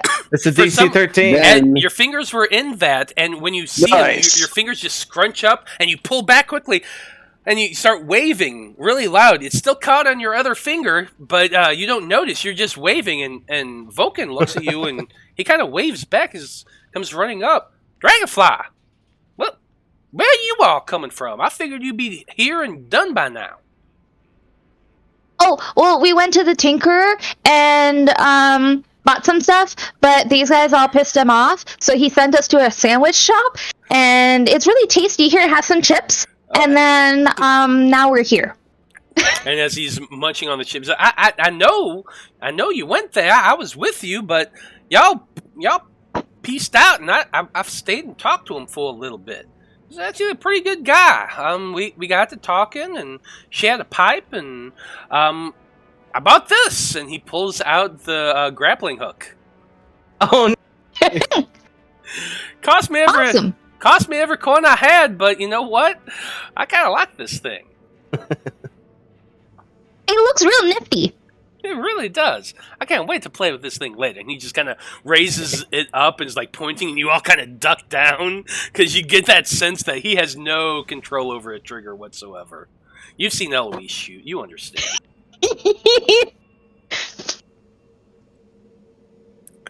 But Now, sure is the other end of the rope actually connected to the? Yeah, it's actually connected to the Okay. spool there. You examine it, and So in the if back, he accidentally lets it off, he's not just gonna lose a grappling hook. Like it's attached to. no, okay. it's attached to the thing, and it'll pull him back up. It's Or, it's in fucking theory. Batman's grappling hook. Yes, that's exactly what it is. Just want to make sure. Yeah, and actually the canister can come off and be reattached, and there's a slot in the back of the thing, so like the rope comes out of it. You can see how it works now. It's a pretty ingenious design. A medieval... Magic's better. Maybe to some. Just to make sure when you're breaking in someplace that you have a good plan of getting out. The grappling hook is not going to be your only. You got to have more than that. You got to know. Right, Vale sees, everyone's still talking and admiring the grappling hook, and he just looks to Liam and nudges him and kind of jerks his head one way to go into the shop. yeah. Liam was ready, like leaning his body that way already. Anyway, yeah. Well, making your way into the shop, you step into a very well furnished stone building. Fairly nondescript. The sign in the front just says Gilther's Fortune. But as you walk in, you find a very well lit. You walk through a very well lit avenue, and you notice, you especially Blood notice, there are quite a few guards just casually around the shop. Or are they like disguised as shoppers? No, like you can tell at a glance they're definitely soldiers of some type. They all have the same uniform, but they're very nonchalant about it. Like they're just very casually watching everyone. But you also get the sense that they're the types that at a spur of the moment, the casualness goes away. Yeah. They're like bouncers. I gotcha. Exactly. Eloise, watch your tail while we're in here, please. Now, the shop itself is a stone row house with a red tile roof and a big brick chimney in the back. It contains a large open floor plan with pillars and a painting of a large man, a large dwarf with a dark black beard. Very short cropped hair and that high and tight sort of fashion, but the beard itself in the painting is very braided and pleated and actually has like some jewels woven in through the whole thing. And this painting it seems to watch you as you step through, and it, like, at first you think it's one of those, just cat paintings that the eyes are just set so that no matter where you are, it looks like it's looking at you. But then you watch carefully, and you can see that the eyes move back and forth a little bit, almost as though there's someone actually there. Is there a sign that says, this is what happens to thieves? Well, there is definitely a sign. In front, it says, at your own risk. Just that. In Dwarvish, and again in Common. At your own risk. Gotcha. All right. Well, let's risk it. I'll roll the dice. Yeah, go up to the counter. Is it Gilther or is it one of his other clerks? Yeah, there are a few clerks. There are other patrons as well. Mostly dwarves in this place, and dwarves working behind the counter as well. One, a feminine-looking dwarf in a very form-fitting dress, very voluptuous, red-haired dwarf with a beard that kind of is short on the sides and long in front and braided, like that Viking kind of style. Okay. And she has some flowers woven in there as well, some dried flowers. She smiles brightly as you approach, and she says, "Welcome to Gilther's Fortune. What can I do for you?" Excellent. I've heard so many great things about you. Happy to be here. Lovely beard, by the way. Oh, why, thank you. I oil it every day. I have a very interesting regiment, in fact. I start with, and she begins talking for about 10 minutes until one of you stop her about her fucking beard regiment. But I'm not going to do that because I don't know. Excellent. That sort of thing. But eventually you do stop her and, no. Let's talk business. And she says, well, we are the largest enchanter in Morag. We have custom from the Emperor's family himself. In fact, that's where Gilther is today. But I can help you. My name is Millie. What can I do? To meet you, Millie. First of all, do you work trades by any chance? Maybe take the price down just a bit if you have something to trade in. Well, I would have to ask my manager to agree to any sort of trade deals, but we are willing to work with the seasoned adventurer who finds the occasional item. Excellent. Do you by any chance have some bracers of defense in stock here? I am familiar with what you're looking for. I do believe there is a set in back. Let me take a look. And she pulls out a large ledger and begins thumbing through it.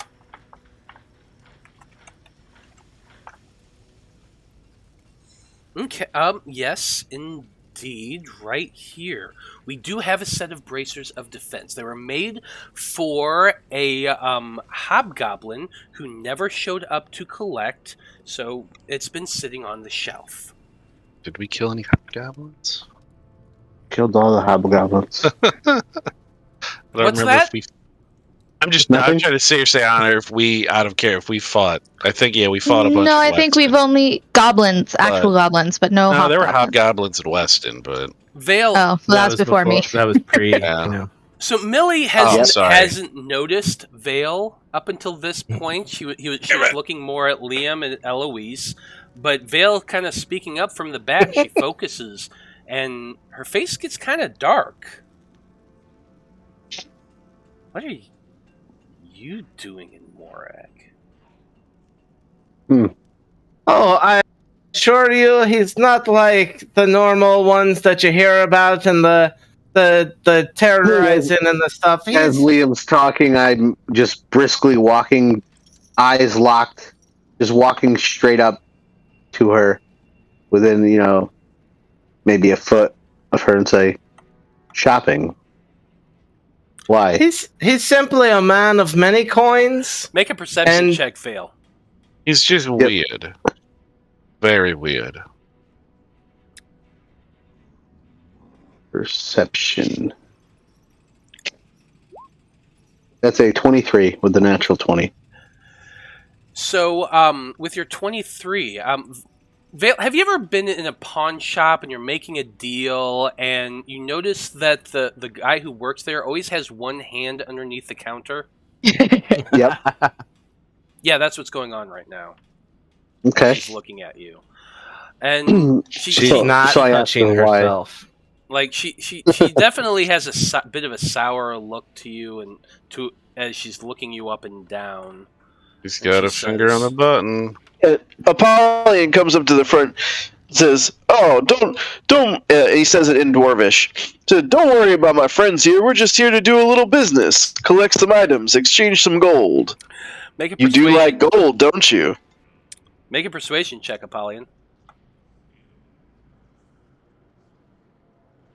I have advantage because of the belt of dwarven kind. That's Indeed true. You do. Good Oh. lord. 13. She It's about average. looks over to you and she seems a bit dubious, but she says, "What He's just are weird." you?" And she kind of looks back at Liam and she does say, "We do have a pair of bracers of defense here. The price for them is 6,500 gold." Whoa. Cheese and rice. They were It's unreasonable. Mine were 5,000, and that was with the discount of the contract. Yeah, I don't remember. I remember mine were. I don't remember. You had also traded quite a few things with Mitchell too. Yes. Yeah. We did a lot of business with You- Mitchell. You did a So, lot of bartering with him as well. I'm just pointing it out there. Vale This is still, also- God. Oh, I was just saying. You also with just freebie. I'm telling you, Morag is the capital of the Dwarven Empire. Port Valena is a port town halfway between two kingdoms. There's always going to be a price variance, but not like a huge one. It does, however, without the insight check, I will tell you flat out, it does seem a bit unreasonable, a bit higher than you've paid for before. I'm gonna Well, I'm afraid, Still- lassie, no matter how delightful your beard is, I'm not able to pay the price. So How much do you therefore, need, we Liam? have no business to share here. Liam, how much do you need? I have some. I've only got 2,500. I'm not even halfway there. I'm just gonna hand him my sack of gold. There's 3,901, just so that you know how much there's in there. Eloise has no idea how much is in there. So the dwarf is watching this whole thing, and she says, "Now you did say you had things for trade." Yeah, Well, I Well, do. well, I'll pull out a couple things. Well, you know, I'm at the counter first, so give Well, I me a was gonna second help here. you, but all right. Well, I get to at least I've held on to some of this stuff since like the 3rd episode. So give me a second here. Get rid of the flame tongue. Bite me. I have a pair of ruby earrings, 1 pearl necklace. Is that what you call Let's see. I have 6 emeralds. And I don't want to reveal the last gem because I wouldn't sell that one. Well, Okay, and then I'm gonna to throw remind my you- ruby ring and jade brooch on there. Okay, so I'm just going to remind you, every time I give you an object, He tells us how much they I are. tell you how much it's worth. So tell me how much you have in trade. You did not tell me how much the thing's worth because I stole them from the apothecary. These I found in Weston. I don't have a gold value for them here. Oh, that's I also early have a shit. 100 gold jeweled fish. And then the emeralds I Making found sure. in the green dragon's den, and I didn't have a value for those. It was just 6 emeralds. So, those were the larger ones. Those, I believe, were $250 each. Okay. Yeah, you guys still have your jeweled fish, which is in the bag of coaling that I carry. I'm pretty sure. I Yeah, told well, you guys those belong before, in the like, bag of colding. That's a good place for them.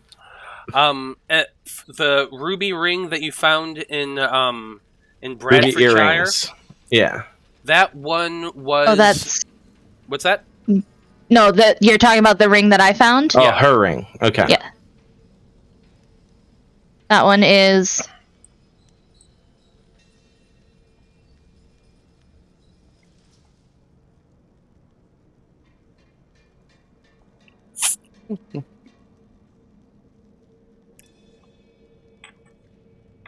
So the woman does tell you that she will accept gold, gems, jewelry, things of that nature that they can sell at fair market value. So the price that I gave you guys, she's not going to haggle down for them, while other places might, like, the pawn shop might. She does take at fair market value because these are items they use in their crafting. Okay. So the emeralds were $250 each. It'd be what was the other- 1,500. What was the other things you had? I had ruby earrings and a pearl necklace. Those were from Weston. So Yes.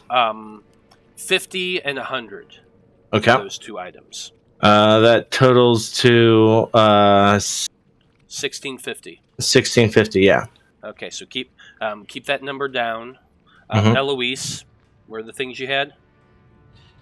A ruby ring from the shopkeep in Bradfordshire and the jade brooch from the same shopkeep.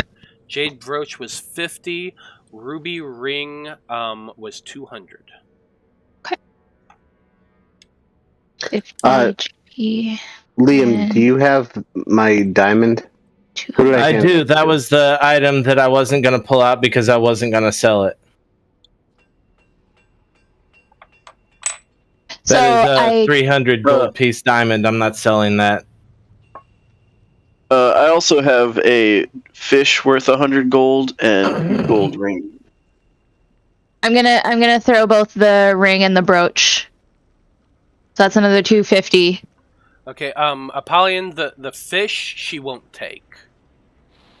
What about 2 Liam. gold rings? 2 gold rings, 50 gold each. All right, throw them on there. Liam, I walk up to That's you. a total of 2,000 off right now. I walk up to you, Liam, and I say in Sylvan, "Can you understand me?" I gotcha.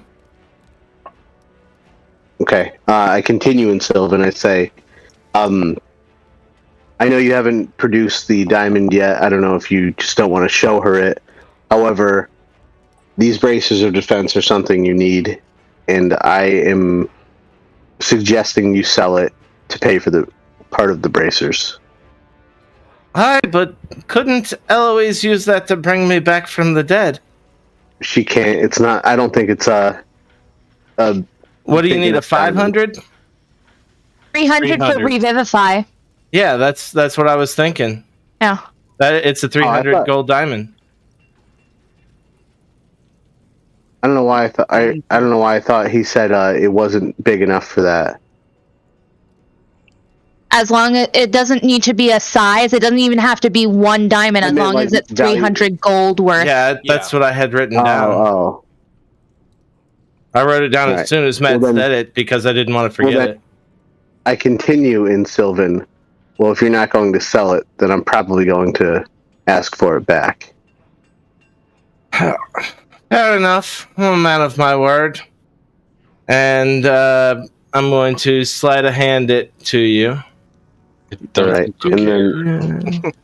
and then I take that diamond Oh, and place it on the counter 12. and say, The dwarf watched the entire thing. It's I put okay. the diamond on the counter. I say, we're going to sell this for the bracers as well. I was gonna say my passive. I was like, "Ooh, you got something like that on you? What the We fuck?" could use that in case of an emergency. Well, the braces will avoid that emergency for Liam.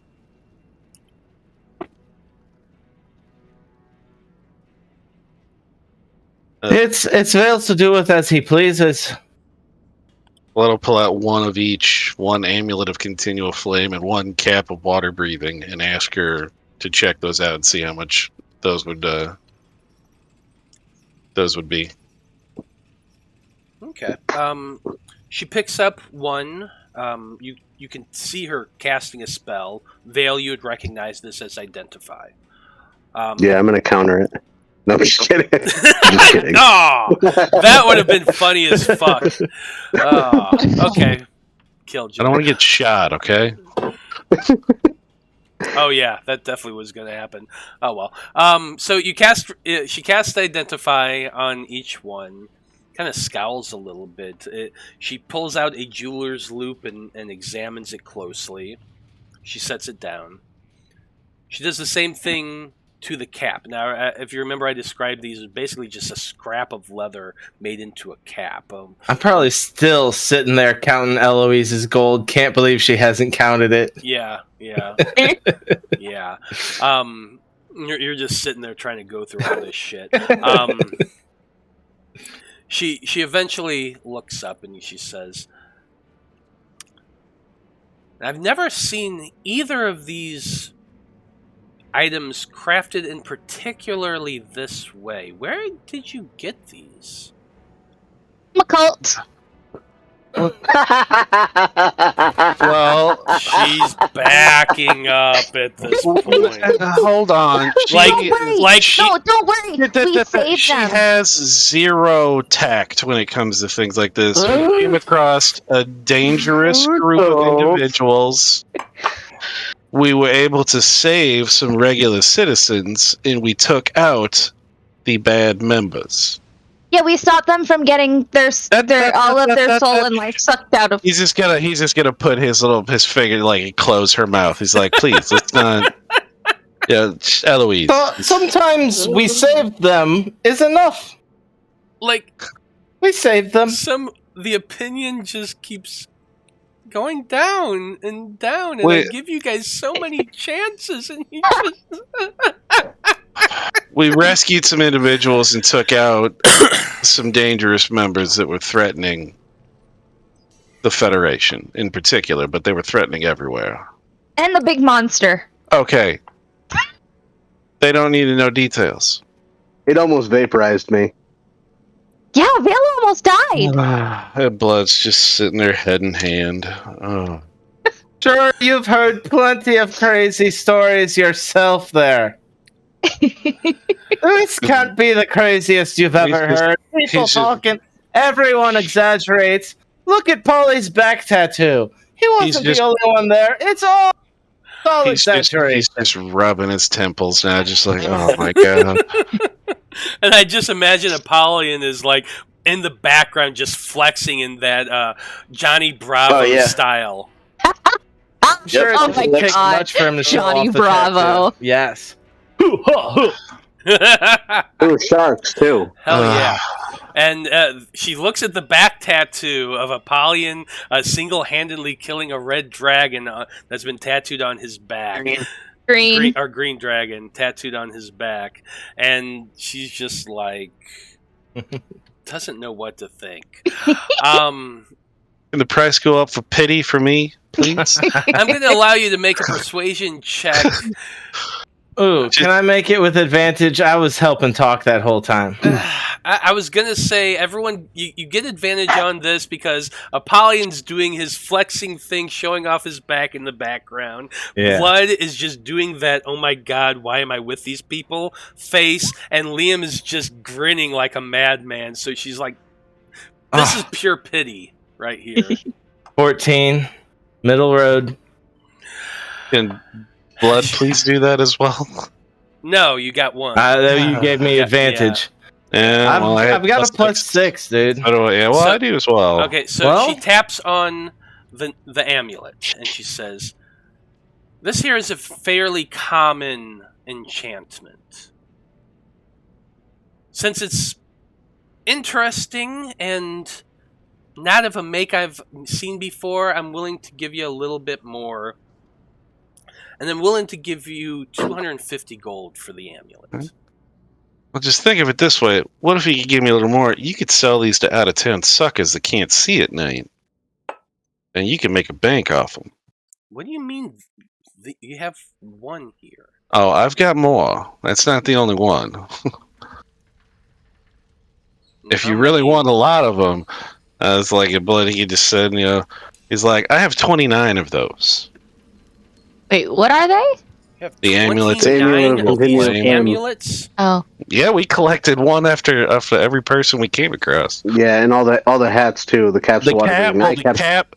I was just thinking, yeah, you did take some. I was like, that I didn't find. I just kept one for myself. Yeah.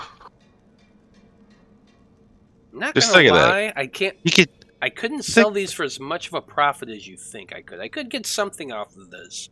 If you have quite a few, I could run a bit of a sale. Could you do 400 a piece? Fire sale? If I give you 20 of them.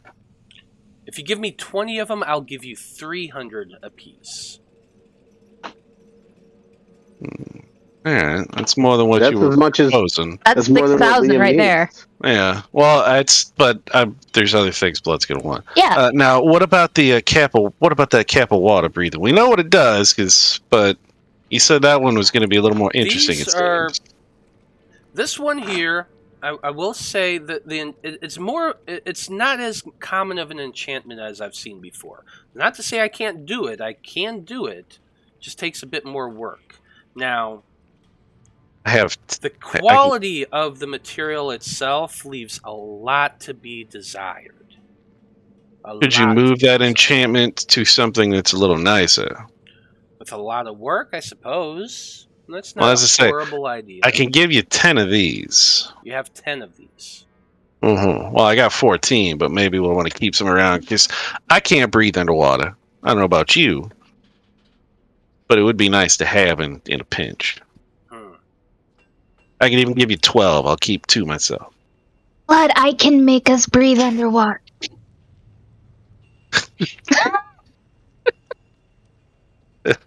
He's like, I love you. I love you. Gotta stop talking. It's the pawn shop all over again. Hey, the pawn shop went great. No. I'm talking about the other one that I can't remember if it was a pawn shop or not, but the one where you guys do is the syndicate shop. All right, how many water breathing caps do you have, and how many 14. Are you willing to offer? I can give her 12. 12? For 12 of them? Yes, ma'am. Because you amuse me, and because I think my manager will like the idea of the resale value, I'm willing to take the 12 of them off your hands for 10,000 gold. Oh, son of a whore. Yeah, that'll work just fine. Wow, alright, so we've got 16 grand to work with here. No, we've got 18,000. Well, I wasn't talking about you. I was saying plus the gems. 16 plus the gems. Well, we got his thing. Now, I also I want to exchange this item, and he's going to kind of tap his handy haversack. He's like, I was wondering if you had something that carries a little more. Now, we have... I'm going to take that diamond back now that we've gotten so much on the We've got something that holds colder items, but I was wondering if you had a bag of holding, and I will exchange. I want to swap out this handy haversack for the bag of holding. What would you give me? I'm just gonna hold on to the bag of holding a little tighter. I'd be like, that one we have to give back to the conclave. That one's not ours. A used haversack such as what you got there. But it was owned by a warlord. Thank you, Eloise number 2. It was owned by a dangerous individual that we escaped his custody. So you're saying wasn't me this time. Someone could eventually come looking for this? He most certainly will. No, I don't think he's stupid enough to come into Morag to look for it. Because if he does, he's gonna have an you army see of these thousands. gentlemen around here Veil, that Veil aren't very and Blood. I want both of you to make opposed persuasion checks. Whoever rolls higher is the one she's going to believe. Because Veil's saying, "Oh, this is a dangerous person. He's definitely coming." And Blood's 16. like, "No, it's okay." 21. Wow. Yeah, He believes he was. blood. He was a member of a fringe group. He's not about to walk into one of the most powerful empires in Loroupa. So for a slightly used and arguably questionable Thanks, Val. item such as this, Sorry, Joe. I'm willing to knock off a bit of gold in exchange for a bag of holding. So instead of 4,000 gold, it will cost you 2,500. Okay, for a bag, all right. to exchange a haversack for a bag of holding. So we take that out of the 16 Wait. plus, I guess, 18. I've got a better idea. Oh, And I take Blood aside, and I whisper to him in some language. well, I mean, do you want to know which ones he speaks? I mean, I should know what you speak. well, you know right now. what? You speak Orc. He speaks Orc. Yeah. I Always say, trying to have a sidebar. why don't we take this 18,000 and take our business to the port town of Valena, where everything is much, much cheaper. We could sell our stuff here. Nothing's there. It's burned And down. we'll- It's gone. Tell you what, I'll Get a better deal. We've got just shy of You know what? 20,000 worth of trade-in credit right here, guys. Seriously. But We could get some dank shit. I guess what I'm asking You know is it trading credit or is this gold she's giving us for this? With the haversack included, yeah, it's 19,500 minus the diamond. Just to interject, she said that she will accept things in trade. She never said she'd buy Yeah. anything. Oh, okay. All right. But that's what I'm saying. And- We got trade-in credit that Yeah. high. Yeah, I wasn't sure. Yeah, I thought she was going to give us gold for it. So that makes more sense. What Matt did specify earlier is that we're getting pretty decent market price for the trade-in. So the trade-in here is probably more than we'd get trade-in elsewhere. Yeah, well, Yeah, like I said, I was under the impression that we were getting gold for this. So okay, that no. makes more sense. She's okay. being So fair to us. we'll take the bag of holding and the braces. Another thing I want you to, he's gonna kind of, I guess he's got him around his wrist, the two strings. So that's 8,500 you've spent so far. Yeah. And he's got those, the two strings that are around his wrist that he can, it's almost like those little slap wrists from the fucking 90s is what I've been treating it like, that he could swap and put onto his bow. He's like, a gentleman, you might have heard of his name, Mitchell, in Port Valena, sold me these items, and I was curious if you had something similar. And he's going to take it out and put it on the table and let her look at him. Her eyes kind of go wide when you Mitchell's magical mercantiles. So we can't hear you, Blood. I was going to say, yes, she knows who he is. Oh, you can't still? Her eyes went wide when you mentioned Mitchell's. You've bought from Mitchell's Mercantile? Is that a good or bad? And I show her my bracers. Oh. Yeah, and that have his logo. She starts geeking out over this. The quality of it, the craftsmanship. What you're wearing is the creme de la creme of enchantment. And she does bring out the gauntlets to show you. And when you put them side by side, Mitchell's is much more gaudy, much more flamboyant because it has his logo embossed on your bracers. But the craftsmanship is looking at a just a knockoff versus name brand. There's a distinct quality difference. So is it like looking at a pair of Pumas, it's P-U-M-A, or Puma, it's P-U-U-M-A? Yes. That kind of thing? Yes, that's exactly it.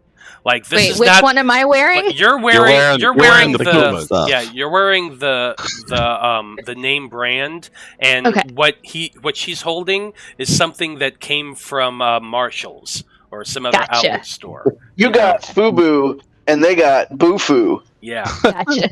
yeah, exactly. Buy us. Fuck you.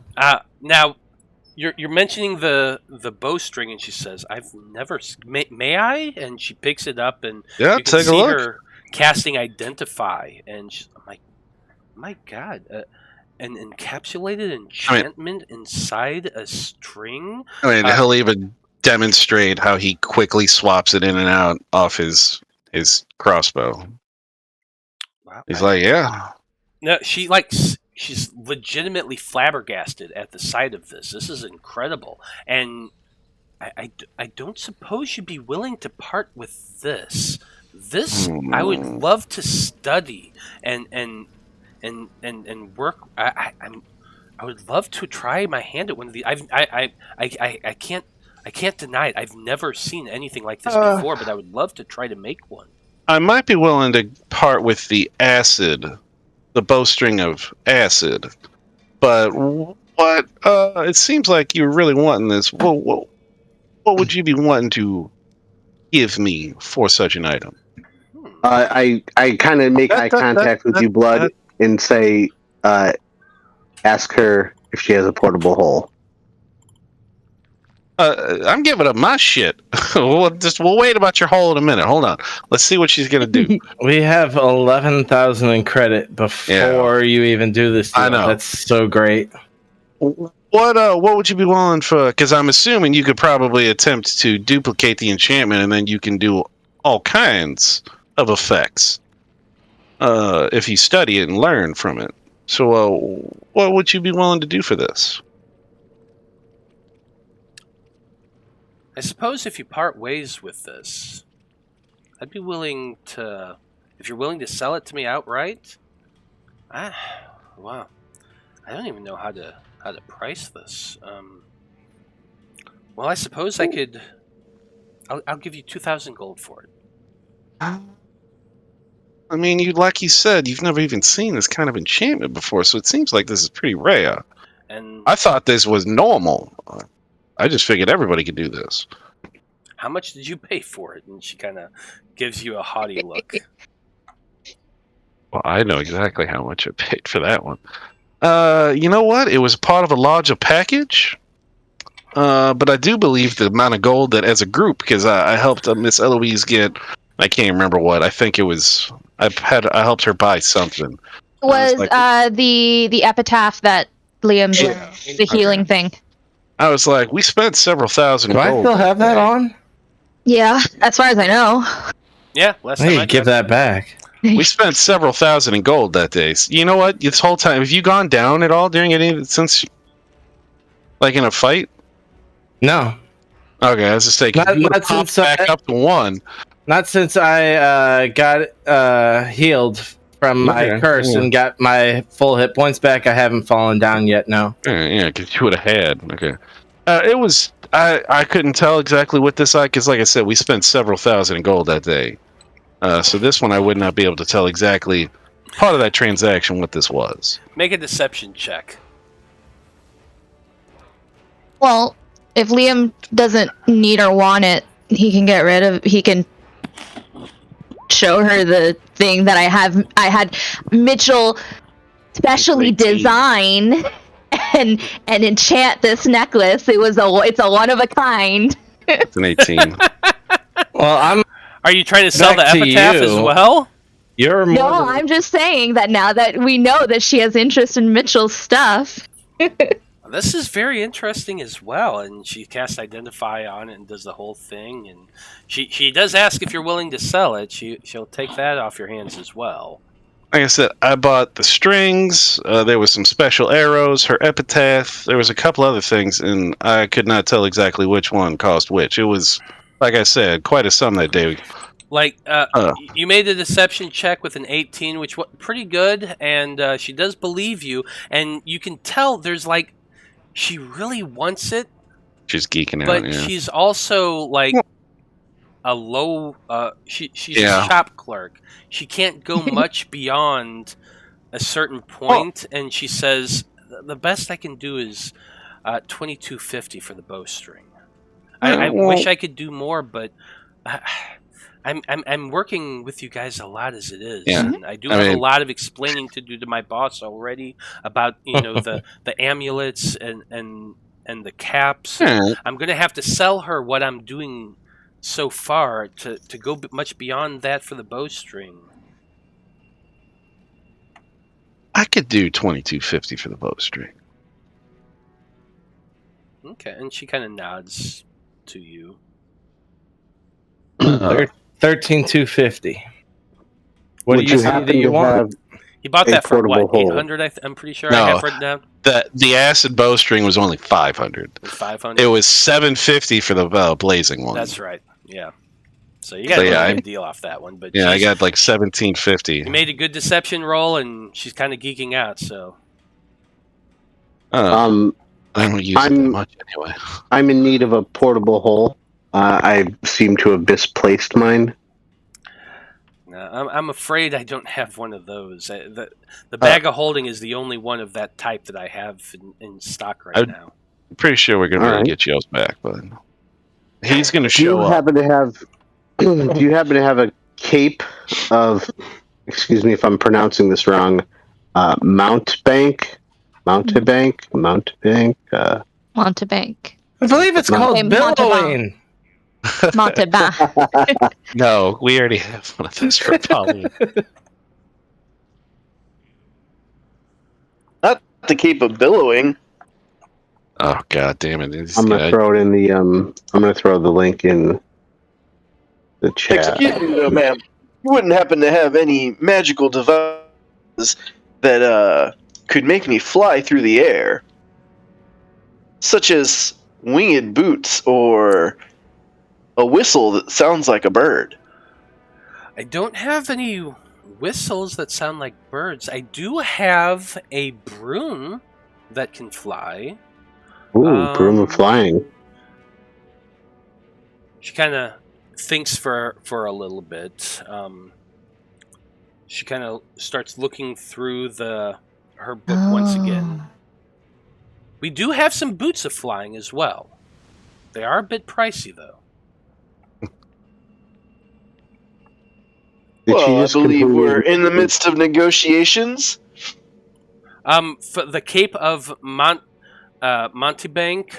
she does look to you, Veil, and she kind of gives you a sour look again. But she says, "Never even heard of that. What's it do?" I put the link up. I think he's wanting an RP. Yeah, that was just RPing. Matt knows what it is. So it makes me disappear and reappear in another location once per day. Kind of get out of sticky situations or impending doom. I could ask. I suppose we could put a requisition in for that sort of thing, and when Gilther gets back from what he's doing, he might be able to enchant that sort of thing for you, but I'm afraid we don't have one of those in stock. Do they have magical weapons? Some, but let's get back to Apollyon.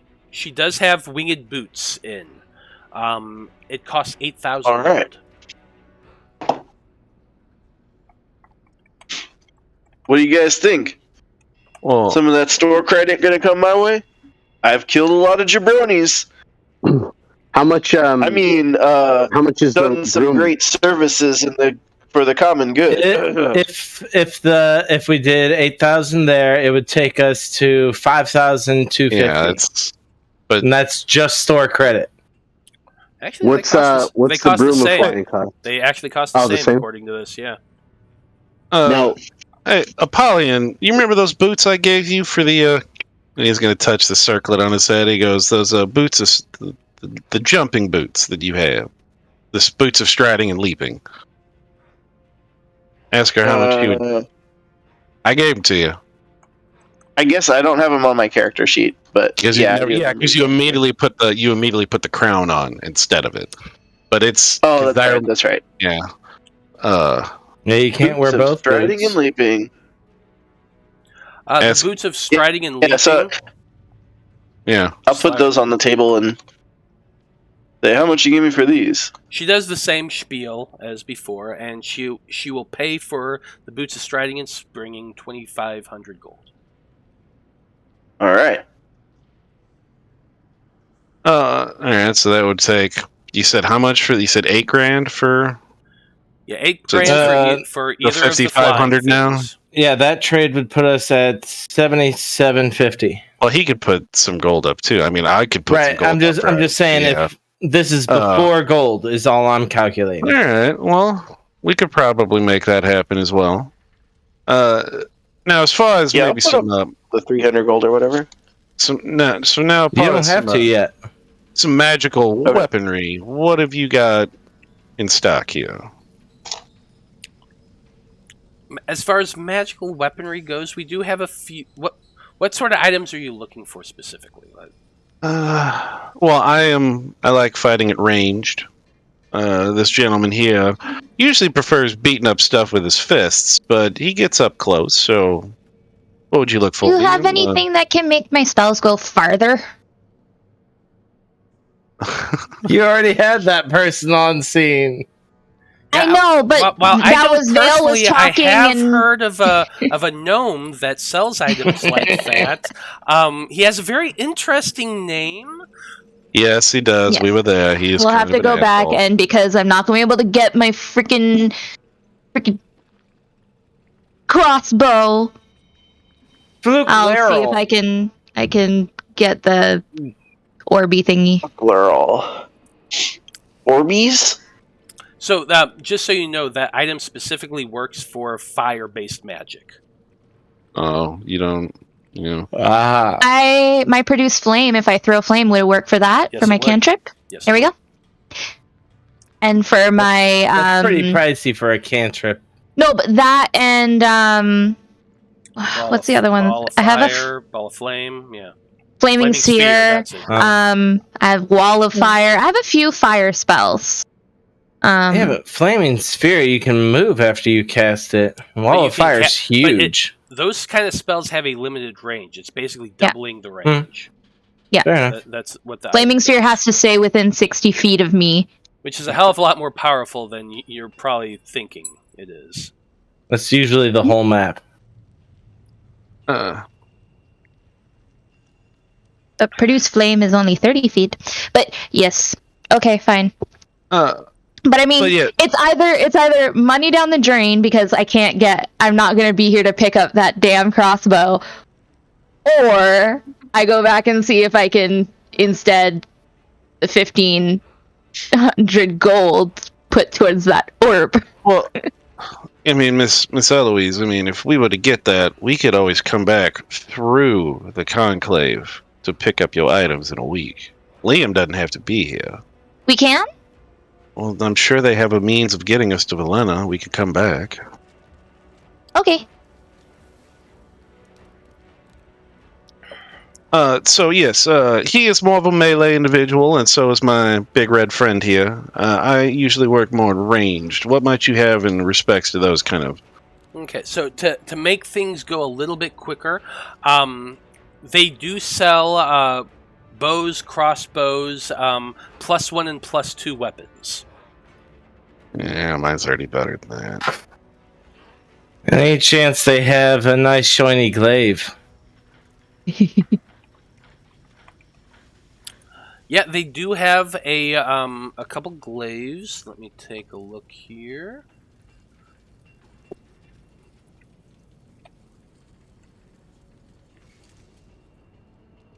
They do have a vicious glaive. I'm sure you've seen those weapons before. They just, when you hit a critical, you do extra damage. They do have a +1 as well.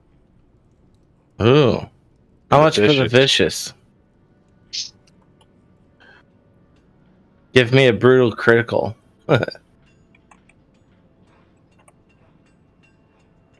For a vicious glaive, it's actually not that expensive. 500 gold. Yeah, I was gonna say, I think those are cheap. I want to do that. It's not a plus weapon. Right. If you want a plus vicious glaive, it's 2,000 gold plus, so 2,500. Okay. Would you have any Vorpal weapons?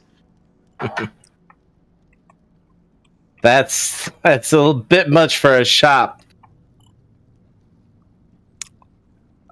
She I'm looks at just you asking. and she says, "We have the one weapon, the one legendary, most powerful weapon that our master created was a Vorpal scimitar."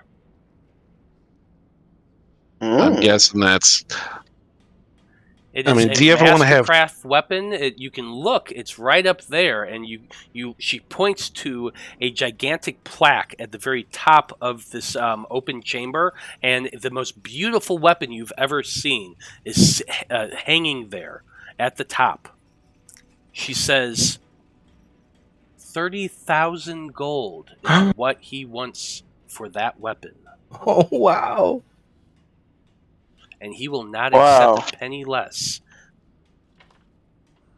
What about shield? Well, you know what? I might just come back after I win my next big championship. Yeah, shield is a good question. Yeah, there's actually a few different shields. Is a Sentinel shield something that's got to be attuned to? A sentinel shield? I Yeah, I don't so. Yes. All right, God damn it. So I'm not ready to give up the things I've got. She does have a few different shields. Excuse me. She does have a +1 shield, a +2 shield. What if I swap the +1 for +2? The stupid thing won't load.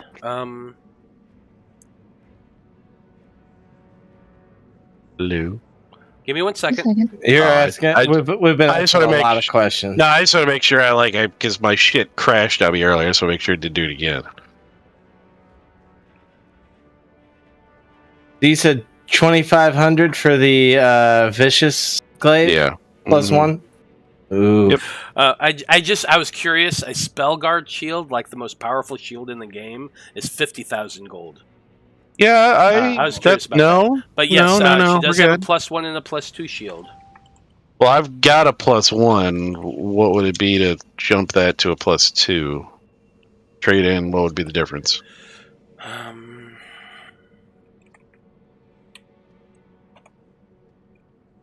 And does she just have the 1 +2 shield? So basically, trading in a +1 shield for a +2 shield, it would take 1,000 gold off of the total, so 5,000 instead of 6. Oh, fuck that! Jesus, I'll keep the Would +1. it be possible to pay money to turn a +1 weapon into a +2 weapon?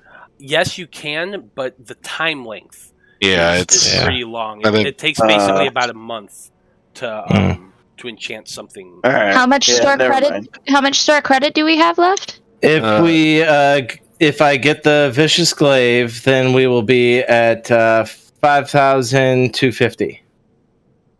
Is there anything else that anybody wants in here, or can I trade my +1 shield for the +2 shield?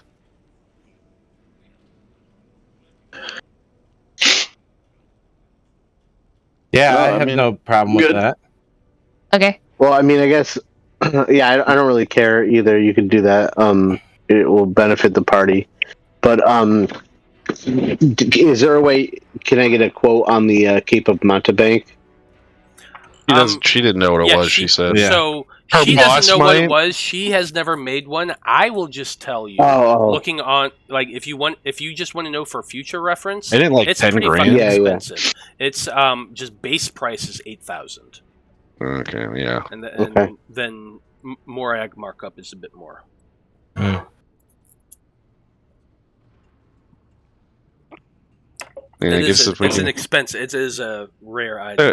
That's on the pricier side. Well, yeah. So if she does the shield swap, then we will just tip her 250 gold for being on awesome like dwarf. Really? Because I need paper and ink.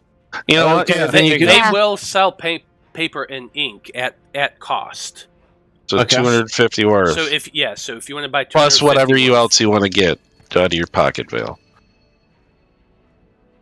Because remember, each spell costs like 50 some, and it goes up from there. And I will say that when we get to Valena, I'm going to find, because I'm not going back to that one guy, out of character, I've still got 3,400 in marked gold that I have to sell at a very specific store. All right. So, yeah, I mean, I would like to use some of that money from the amulets as well to copy some spells that will benefit the party. Well, yeah, use that 250 we got left. So okay, so you're definitely taking the just the regular vicious glaive.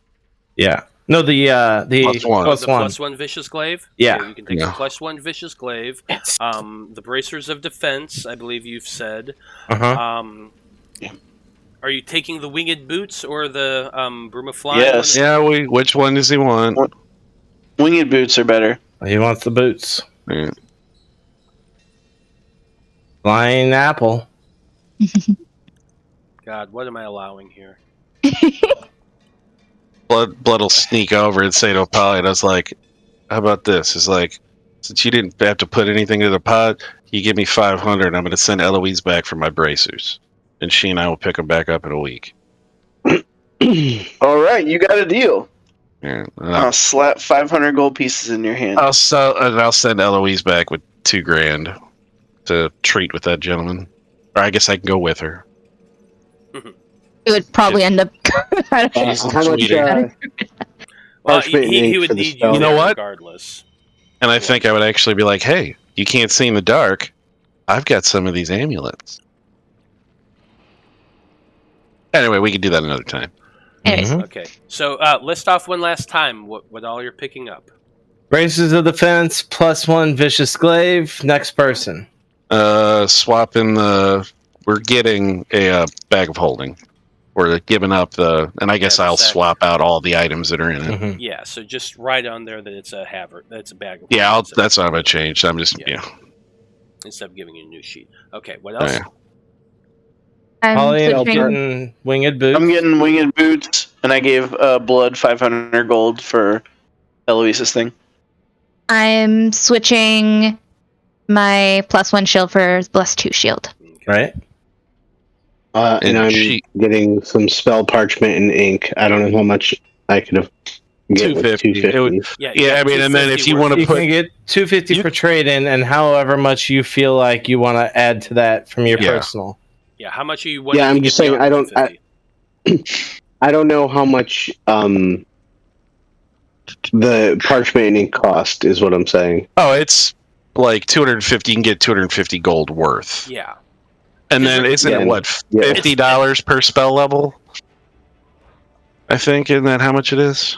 Yeah, so like add 250, get like a double feature, and have like 500 gold worth of ink and paper. And if necessary, we can also buy. I'm sure you could All probably. right, I'll Yeah. Google how much. So ink for and- each ink spell, and for paper. each level of a spell, the process takes 2 hours and costs 50 gold worth of So, yeah, material that's- components. That's 5 paper. spell Yep. levels. So you But got I mean, for I'm not each doing that spell here, level, right? I need to go to the level. For No, that. yeah, So I you- just need to buy ink and paper here. So I'm gonna have to Google how much the ink and paper cost. You just Got said. Okay. No, what he's saying is he needs to figure out what he still needs. Oh, gotcha, So gotcha, just gotcha. write down right now. Take off the things that you have sold off your character sheets. Put on Veil that you have 250 gold worth of paper and ink right now, and you tell me how much more you need and how much you're spending, and we'll go from there. Okay, I before understand now. So the paper and ink is the monetary cost, and then from there I do the Yeah. time to. Okay. Correct. For some reason, I thought I have to buy the paper and ink, and then I somehow spend the gold when I'm doing the spell or something. Okay. So it's 50 gold per spell level. Yes. Yeah. Yep, I just Okay, put let it me- in chat for you. For each level of All the right. spell, the process takes 2 hours and costs 50 gold. So if you add one new level 1 spell to your book, it costs 50 gold in material components. That's the paper and the ink, and it takes you 2 hours to copy that spell. Does that make Okay. sense? Yep. So a level 5 spell would be 250 gold Correct. and 10 hours. Correct. Mm-hmm. All right. I'm going to do. So I'm going to want some for the future, just in case I ever Mm-hmm. need it again. I'm Sure. going to do 1,000 gold worth of paper and ink. So you Okay. just got to do 750. So, All right. so you want that total, or you want that in addition? Total. So it's going to be. Okay. I'm going to take 750 off my character sheet, and then Yeah. Perfect. Okay. So it sounds like that's about where we're going to end things for this evening. You've met some interesting individuals. You've traded some things out. You've bought some new things, and you're preparing yourselves for whatever is going to come. I guess next session we're going to head to the conclave, and we'll go from there. Mm-hmm. Okay. Well, great job, everybody. Thank you to everyone who watched this evening. Thank you to those of you who came in from the raid. We appreciate you tuning in and hanging out with us. Come back again next Monday at 7 o'clock, and you can find out whatever insanity the Faab Five gets into as they continue to explore and have some fun in the dwarven capital of Morag. It's probably going to be stupid, so come back and laugh at it. Yeah, exactly. So on behalf of everyone here in the Faab Five, I just want to say once again, thank you for watching. Have a great evening, and we'll see you next week. Good night. Bye. Peace. Yup.